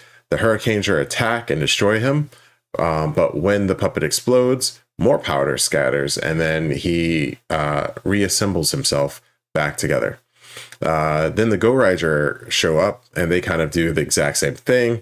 They attack the puppet, destroy the puppet, and then it explodes, and more powder sprinkles around and hurts all of the humans. Meanwhile, Hurricaneger goes to visit someone called Gozen to report out. Sandaru gathers the rest of the spears to join the fight. They have a little friendship chant, and then they head out to try to help Sakurai.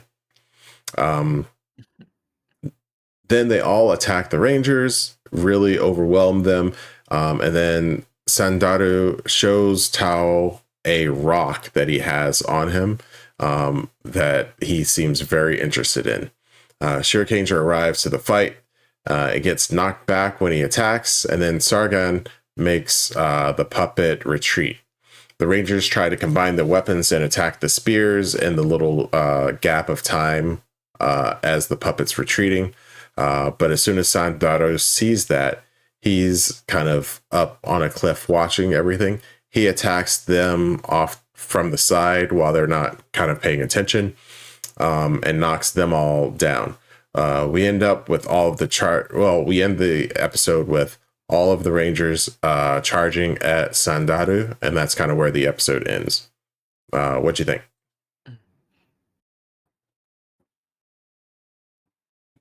Was this it? I think so, yeah. where they were trailing Hurricaneger. Oh, okay. You know who that was? No. Who it was? Who he disguised himself as. You know the actor who was playing the guy? Oh, was that what's his face? Yeah, it was. Really? I didn't realize that. I have to go back and look at it. That's my guy Doman, man. Come on. I noticed immediately. I said, wait a minute. Hold on. I zeroed in, bro. I said, oh yeah, top tier, let's go. Wow, was that really him? Okay. That was really him. I zeroed in, I paused it, I said, that's my guy. I was like, they're showcasing this guy a lot. So, but yeah, that's pretty funny. Heck yeah. I said, that's my favorite episode of this whole season. I said, yes, sir. I was like, I love the fact that he's crossing over. He said, Time Rangers, let me go ahead and give these Hurricanegers a little taste of what greatness is. I said, yeah. Let's go. He's gonna be like the Tommy of Sentai, showing up every series. I hope so. Well, let me spoil it for you. He probably won't. Yeah, he probably won't. I mean, I guess it's the same team that made Time Ranger, so. Oh yeah, I think I don't know if they have that down anywhere, but usually they go off and on. So every other year, I think they have two teams that go back and forth. Yeah. For most of the time, I don't know when that started, but yeah. Mm-hmm. But yeah, this was I enjoyed this episode mainly because of that. That's hilarious. I don't even know what happens in the episode. I just know that happens. Well, it's mostly the seventh spear finally arriving, which is nice because I was about to think that maybe the seventh spear was Manmaruba. Wasn't Manmaruba like two of the spears? No, he wasn't. He was just always number 3. No, the other guy got kicked out of the team and never showed up again. Yeah. And then what's his name? Yeah, that guy. Yeah, Satarakura is Yeah, 6, Satarakura. and then Sandaru is 7. Yeah, so that's 7. Yeah. Yeah, I thought they were gonna try to do something funny with that, but he's there. Nah. No, but I guess in all seriousness, I did like this episode. I thought, well, first off, Iron Rust, not corrodes, but um, I thought he was turning people into like gold flecks and stuff. Yeah, but I think they say that it's corroding them. Oh, But I yeah, it missed was that like a part. golden powder that he sprinkles. Yeah. But yeah, he's basically a Okay. moth. So I think it's supposed to be like moths kind of eat away at your clothes or whatever. So his dust is doing that to people. Okay, I missed that line then. Yeah. My bad. Okay. I one. I thought it was an interesting take on him defeating a monster, making the situation worse. I said that's creative. I like that. Loki. They probably should have made him a little bit stronger and made him a villain that kind of carried over into like at least another episode, because that is an interesting take to make it like where you destroy him and he ends up like doing more. So I feel like that could have been definitely a two episode thing.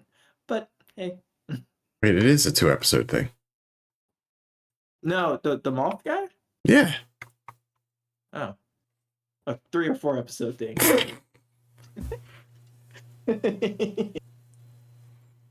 But no, I think they could have made it a bigger deal. But anyways, dude, I got distracted with my guy Dolphin.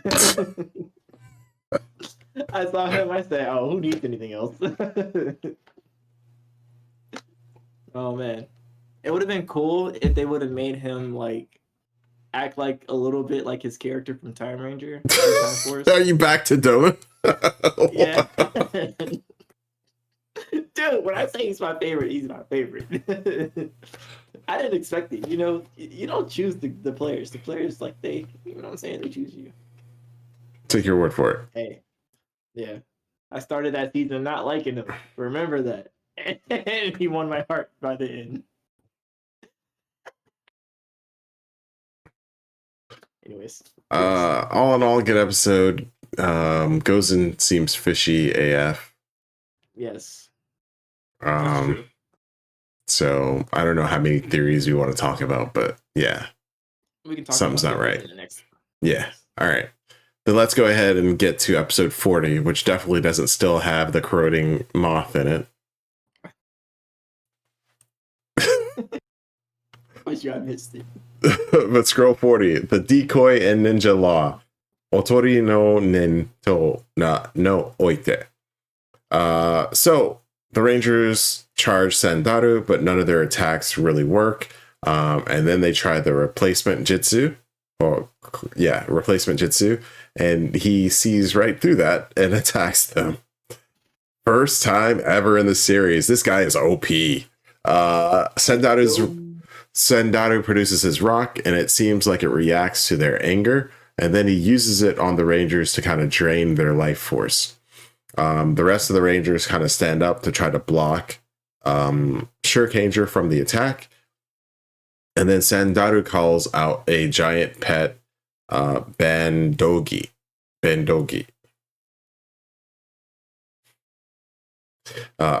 We cut back to Hamster Sensei. Boru kind of gets angry at him and says that he's keeping something from him. And then Hamster Sensei's phone rings, and then she picks it up, and she's just like, "Hey, is this the Gozen guy?" But she doesn't kind of get an answer. Sargan gets pissed because everybody has come to get in the way of his fight. And then he sends his puppet out. The Rangers head out and get a gift on the way of 2 briefcases full of this antiseptic spray, which is apparently from that Gozen guy. Gozen, right? Yeah, Gozen. The Go Rider kind of lure the puppet away from all of the people in the crowded city, while the rest of the Rangers spray the city with the antiseptic spray, which is kind of keeping everything from corroding. They then spray themselves all over their suits, and then they begin attacking the moth. But Hurricaneger gets a call mid-fight and leaves before he sprays himself. The rest of the Rangers start attacking and then notice his weak point, but as soon as they're about to attack it, they get frozen suddenly because of the spray that they put all over themselves. Hurricaneger ends up being in a position where he's going to attack everybody. But at the last minute, he says that he can't do it. And instead of doing that, he sends his attack to everybody, but it kind of it breaks the crust that they kind of put over themselves in their suit, so that they can move around again. And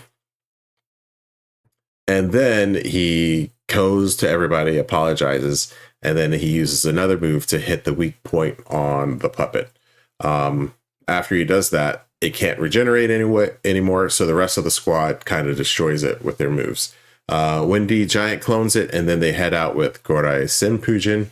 Sandaru uses his rock to drain some of the power from the mecha, but then Hurricaneger comes in with Revolver Mammoth, and they end up destroying the giant puppet. And that's kind of where we end for the week. What did you think? I kind of want to see Sandaru and Ryuki go head to head. Yeah, I need that. Yeah, dude is kind of definitely OP.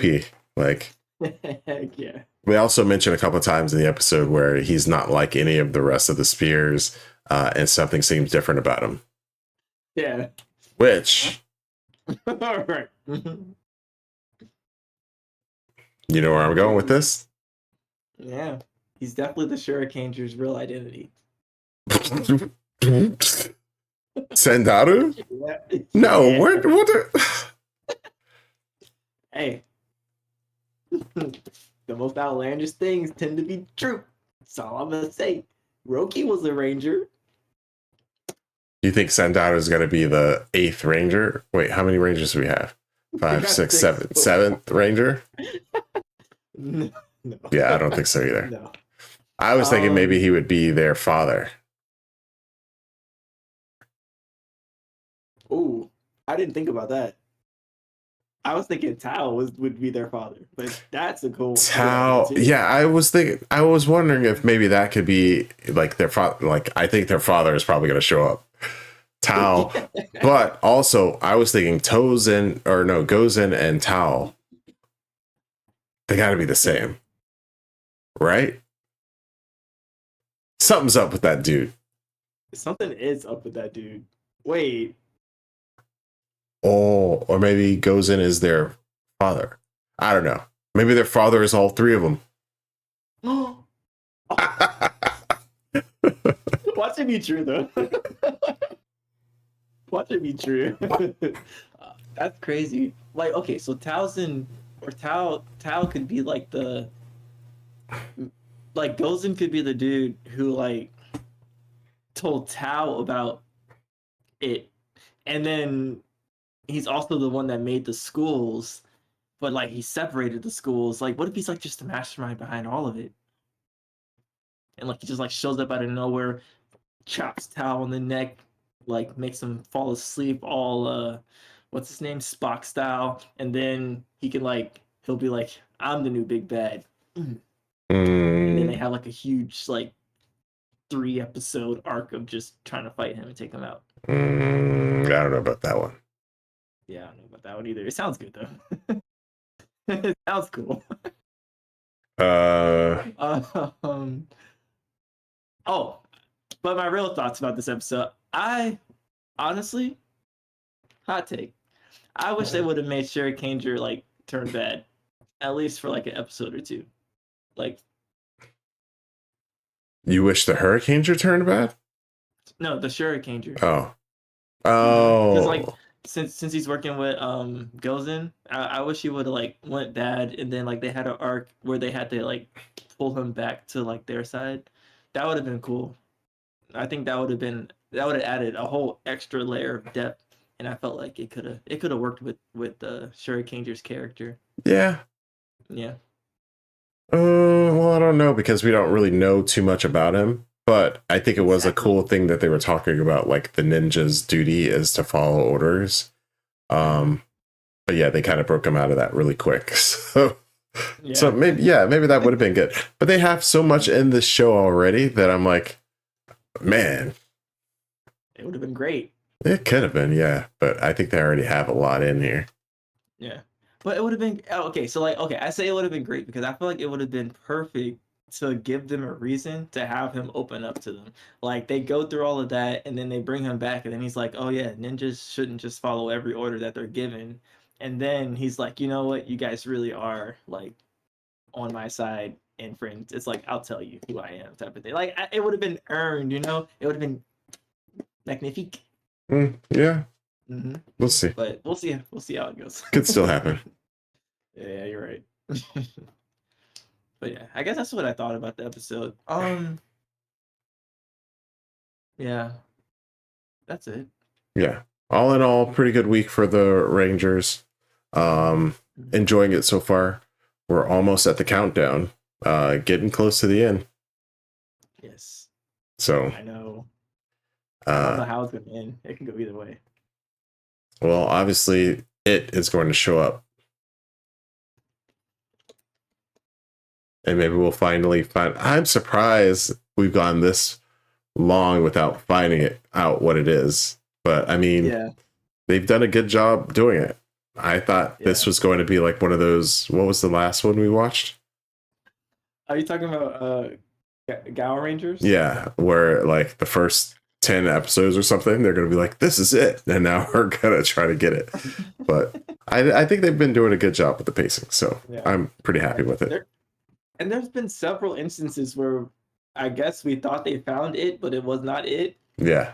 Or they figured out how to make it. But nope. Yeah, honestly, I don't know how. Again, I don't know how they're making this work, but it's just working. Yeah. Really good Yeah, show. they should have made this team. They should have made this team the regular team. It's just for all of it. We'll see. Hopefully next season will not be as bad as Gowranger, but we'll see. Please, fingers crossed. Okay, Let's not get too far ahead of ourselves. But I think that's it for Hurricaneger for this week. Let's go ahead and move to Kamen Rider. Yeah. So once again, Ryuki? Oh. yeah, Kamen Rider Ryuki. But once again, we're doing episodes 37 to 40. So spoilers ahead for all of those episodes. If you haven't seen them, go see them and then come back and chat with us.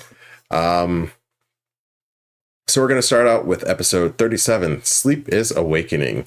Nemuri ga samete. So Yui is pulled into Mirror World, and Shinji sees that and then follows. He transforms and then follows her and ends up saving her from another mysterious rider that he sees.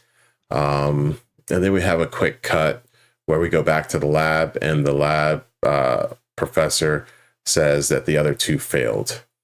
And then we cut back and we have Yui being examined. Yui? Not Yui. What's her name? Ren's girlfriend. Well, she's being examined, and then Ren gets a report and then kind of heads off. Shinji ends up getting fired from work. He gets a phone call, and it's his boss saying that he's fired. So he rushes over to head back, and then the editor reveals that he knows something is up with Shinji and asks him to explain.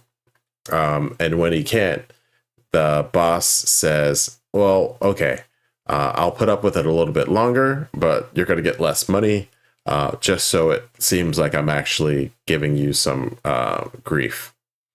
Reiko visits Kitaoka and questions him about all of the stuff she's finding out about the mirrors in Asakura.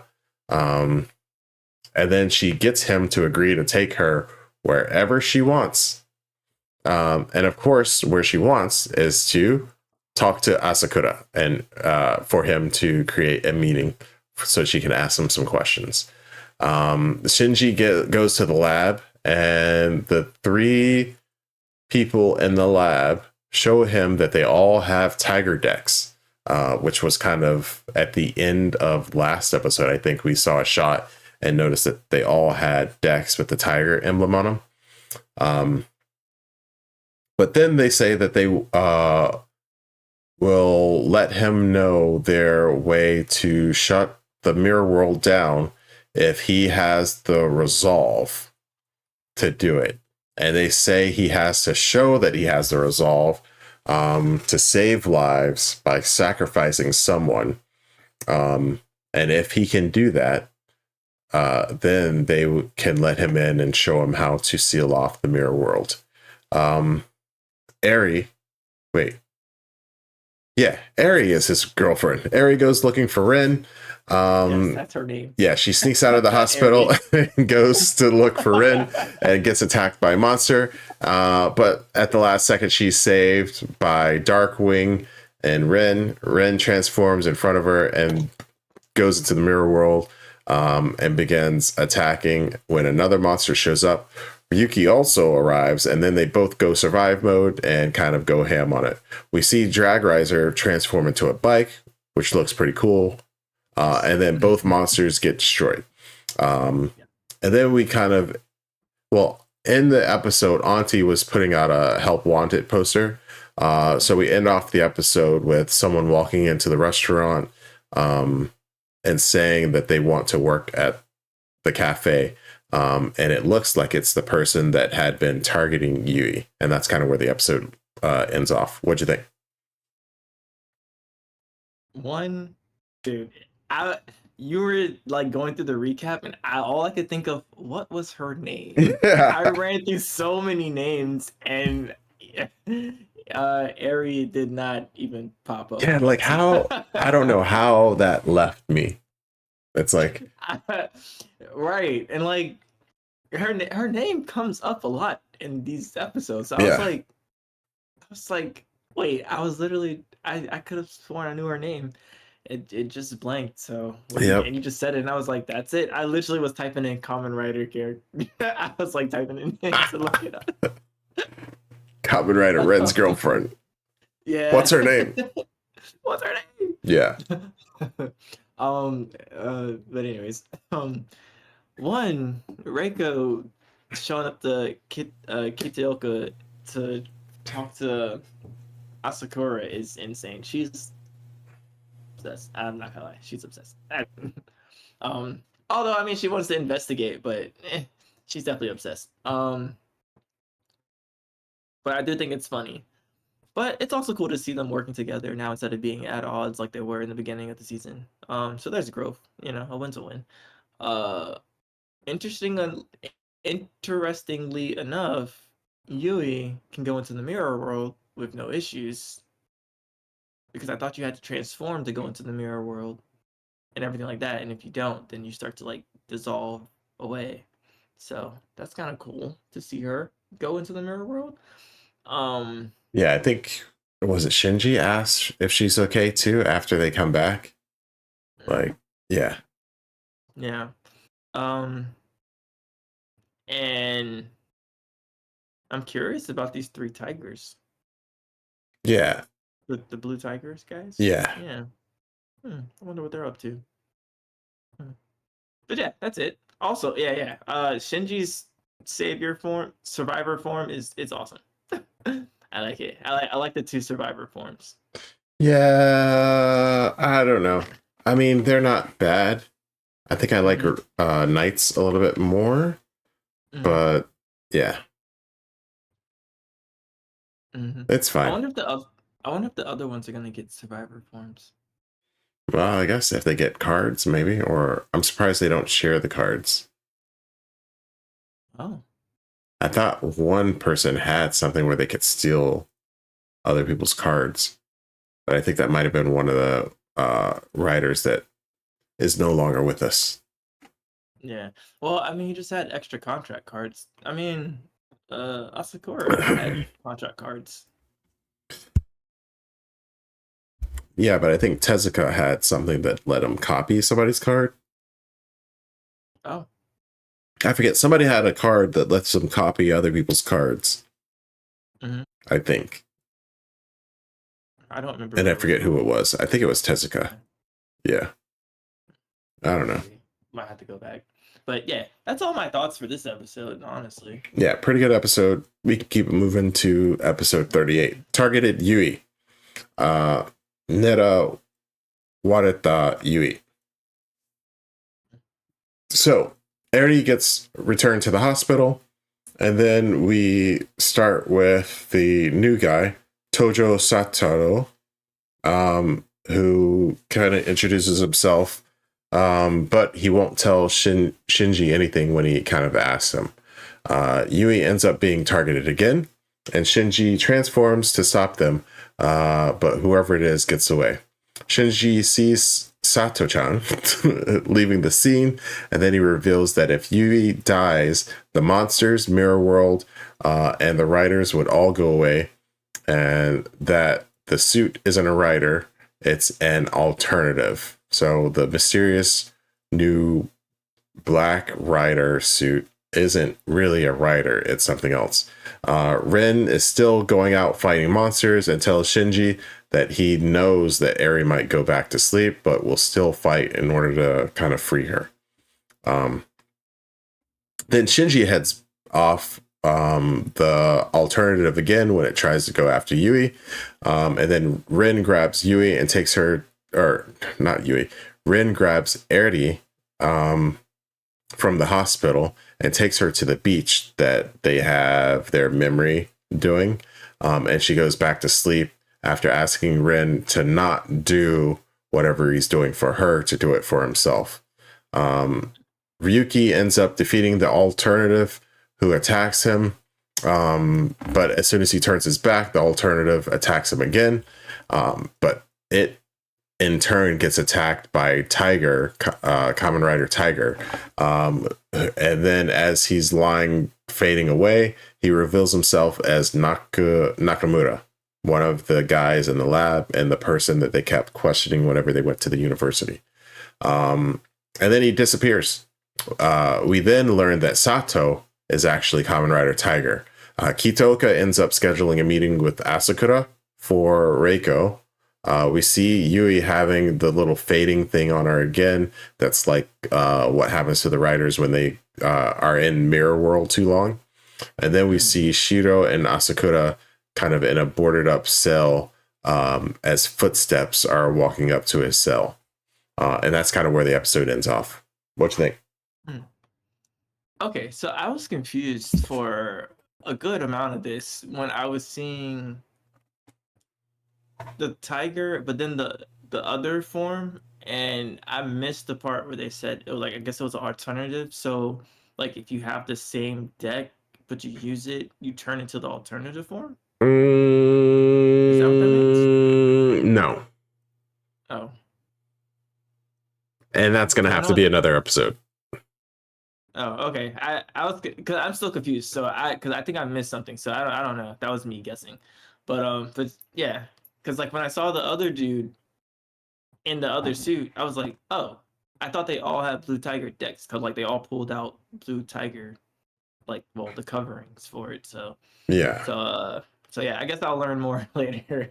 I definitely missed that part of the episodes. But yeah, Yui, the little fishy going, little fishy. She's over here dissolving in the real world. Oh yeah. Well, I wonder what's up with that. No, yeah. Not fishy guy from last season. No. No, we had enough of him. Yes, we did. Yeah. But yeah, I mean, obviously it looks like maybe she's not really from this world. I don't know, but maybe. I think we're gonna find some more out. Yeah, I think so. She has been an interesting one. I still want to know where she got that first contract deck that she gave to Shinji. Yep. Mm-hmm. She knows more than she's letting on. Yeah, I agree with the episode being really good. I liked it. A lot of action, a lot of moving along the story. Definitely curious about the 3 decks and what those 3 guys are doing. I didn't really notice it was Nakamura from before that had always been around. And then the professor, I don't know if we ever learned the professor's name, but I think we're going to learn it soon. No, he talks about it now. So it's Kagawa Sensei is the lab kind of professor. But yeah, those three obviously seem really fishy and something's going on with them. But now they're down to 2. And then there were 2. And then there were 2. So yeah. Yeah. That's all I got for this one, though. Yeah, I think that's probably it. We're going to talk a little bit more about some of those things in the next episode, which will be episode 39, A Dangerous Sign. Kikin no Sign. So we open this one with Reiko and Kitoka at the jail, but they are not allowed to meet with Asakura because he has a new lawyer who says he's going to bring Asakura's things next time or during their next meeting in order to get on his good side. And then we have a little chat with Shiro telling Ren and Yui, or no, he tells Ren that Yui is being targeted by someone and he's not sure what's going on. Shinji goes to visit the Kanzaki house, but then he is followed by Sato, who tries to tag along. And then he either can't find his way back to the house or he's trying to lose Sato. But they end up bumping into Reiko while they're out trying to look for the house. Monsters then arrive, and then Shinji and Sato transform and then run off to fight them. Well, they run away from Reiko first so she doesn't see them, and then they transform and then head after the monsters. Then we learned that Kagawa built the alternative suits and that he and Ren transform and then fight each other. Kagawa reveals that he did something to Yui, or he set something up for Yui. And then we see a monster kind of chasing after Yui wherever she is. Ryuki and Tiger defeat their monsters, and then once they're done, Ryuki shows his back to Tiger, and Tiger immediately attacks him. Yui gets taken to Mirror World again by the monster, and then she suddenly has a flash of remembering drawing pictures, which look an awful lot like Drag Rider and some of the other monsters. But then she gets attacked by a monster in Mirror World, and then as she's being attacked, a different monster comes in, protects her, and then they both kind of run off fighting. And then we kind of end off the episode with a monster jumping after Shimada, who is taking pictures of her lizard, iguana, kind of in the city. What'd you think? Yui. Yeah. Okay, so like I saw the pictures and I was like, oh, maybe she created the monsters and her brother was a part of the team that unlocked Mirror World, and like she kind of happened to be around for the experiment when she shouldn't have been, and like she's like the missing key to Mirror World as to why it's like why it was actually created. Like they were running an experiment trying to open a Mirror World, but like she was the missing link to make it all work. And then her creations of monsters in her drawings became the monsters that we see today. That, or she could be the 13th rider and she like literally gets amnesia every time she transforms. Ooh. Who I think we find out is called Odin, either this episode or the next one, but that's not too huge of a spoiler. Kamen Rider Odin is that 13th one, I think. Pretty sure. Since we're juggling theories. Yeah, that's a pretty cool theory. But we also do learn here that Kagawa Sensei is the one that made the alternative. And then he says that he saw Shiro's notes, and I guess he has a photographic memory because once he sees something, he always has it. And then he built, I guess, the buckles for the alternatives. So that's what's going on. Yeah.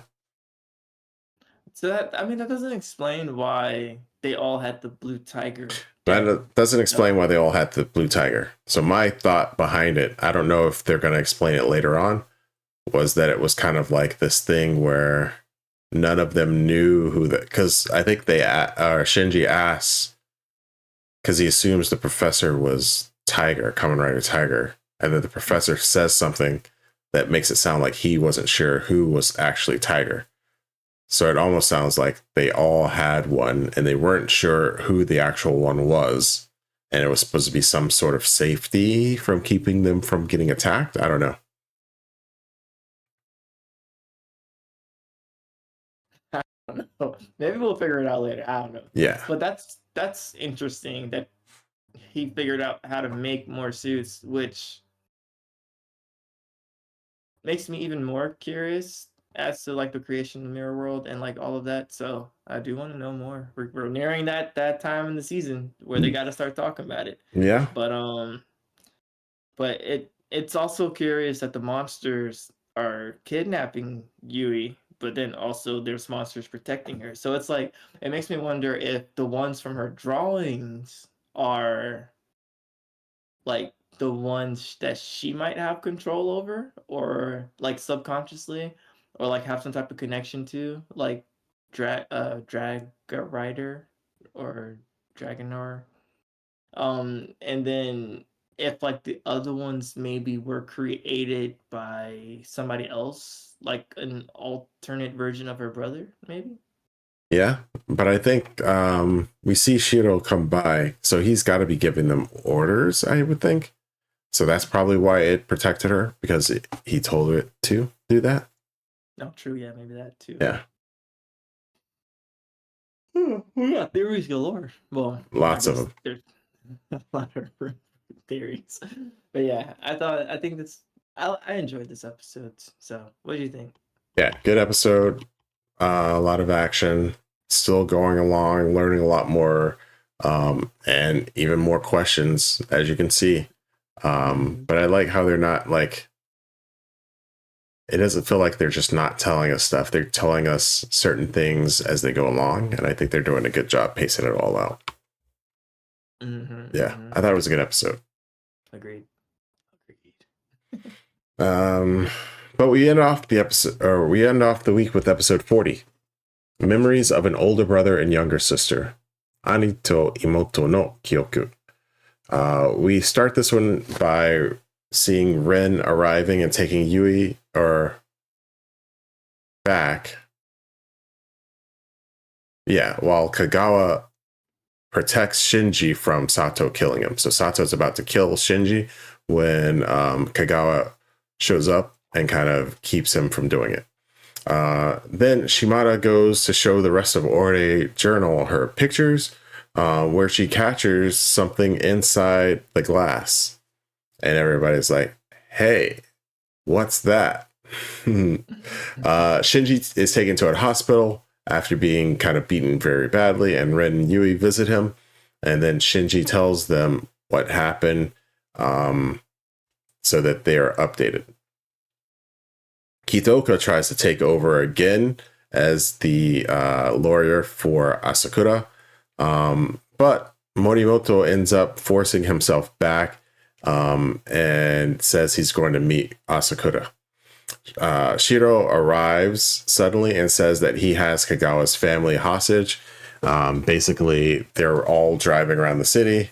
They hear kind of the little tune that says there's monsters nearby, and then when Kagawa shows up, Shiro basically says, hey, I have your family tracked by this monster.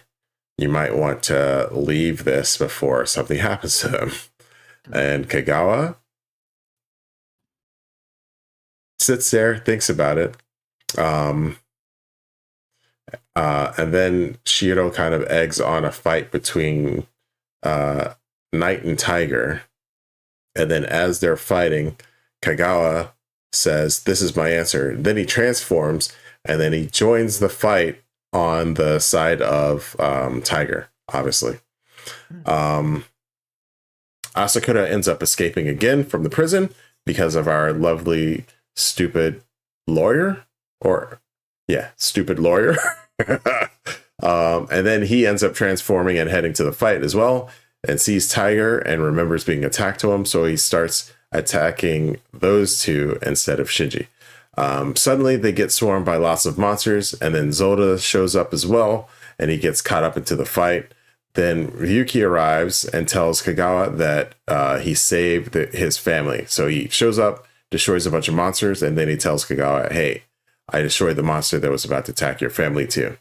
Editor arrives and says that, we cut back to Ore Journal, and then the editor comes in and says he had the pictures examined and it's real. And then everybody kind of figures out, well, if that's real, there must be something beyond that mirror.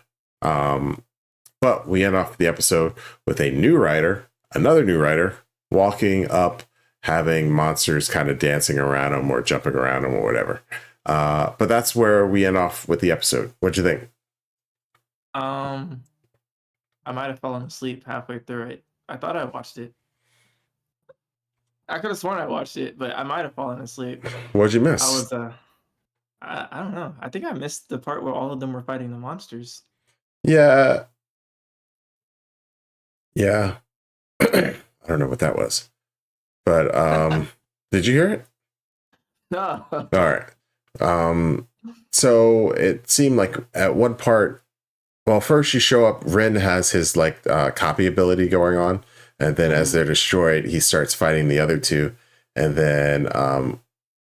then suddenly all of those monsters start surrounding them and getting into the fray themselves. So everybody's fighting. But yeah, I'm gonna go back and watch it because that sounds like a cool scene. Yeah. But I did want to say, I meant to say this a couple episodes ago. I thought Asakura escaped already. So like when he showed up in the prison, I was perplexed. I said, wait, how is he in the prison if he escaped? Because didn't the cop they were saying, oh well, he escaped and like all those cops disappeared, and I was like, oh, so he escaped again. So that's why I was kind of confused when he showed up in the prison, and then all this B plot was going on. Oh no, that was when he was getting transported, and he ends up ripping the newspaper off so he can see the glass and transforms and has them all eaten.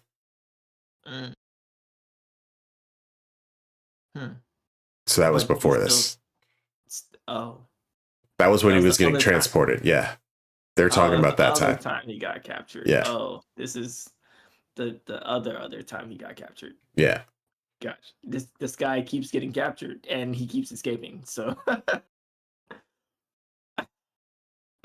you know what? I'll give credit where credit's due.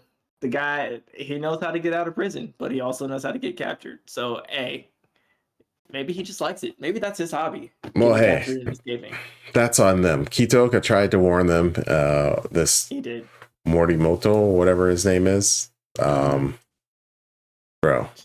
you got to read the room. He's like, this poor man. Not this poor man. This man has killed so many people. Yeah, you're next. Yeah. Well, yeah. That's my thoughts on the episode. I think I did fall asleep a little bit, maybe. Pretty good episode. We got a little bit of lore back. Rin, I think, says something like that Odin isn't actually, or he now feels like Shiro isn't actually the 13th writer or Kamen Rider Odin. It must be somebody else. And then we have a lot more backstory with with everybody else. I think we get a little bit of Kitaoka trying to get closer to Reiko. We get Shinji kind of battling with what he's doing again. Yui trying to convince or cheer up Shinji a little bit and kind of show her journey through everything. So I think they did a pretty good job balancing all of this stuff and giving us a bunch of action as well. Kudos. Kudos. Yeah. Yeah, I think that's it for this week for the writer. Action packed as well. We only have another 12 episodes. Less than 12 episodes, maybe. So 3 more weeks and then we're going to be done. I know. So the countdown begins. Yes, it does. Let's go. Yeah. Now is where the fun begins. This is where all the answers get questioned. And probably more people start dropping. So Yeah. Ooh, dropping like some flies. Drop. Let's go. but another entertaining week for Toku and anime. Anime. Looking forward to next week. You can catch us as always, same time, same place, unless I get too busy and I forget to load it up. But hopefully I don't. So, but as always, we may not have much money. We may not have much time. Ooh. But there's one thing we do have a lot of, and that is, Ooh. bro, I give you like good 5-10 minutes. Try to I know. play your time. I was okay. See, all right, no, see, all right. Look, all right, audience. This time, for this episode, I'm torn because my absolute fave showed up. Do it. You might as well do it. And I was gonna say we have a lot of love for a Doman cameo, but I know how Jolly's gonna feel about that. And You should have done it. You should have done it. I should say it. And I second guessed myself. That would have been the answer. That would have been the answer. I second guessed myself, and I was like, maybe I should say something about the multitude of monster attacks we had this time in Kamen Rider. So what we have a lot of is second guessing of ourselves. Peace. Oh. Mic drop.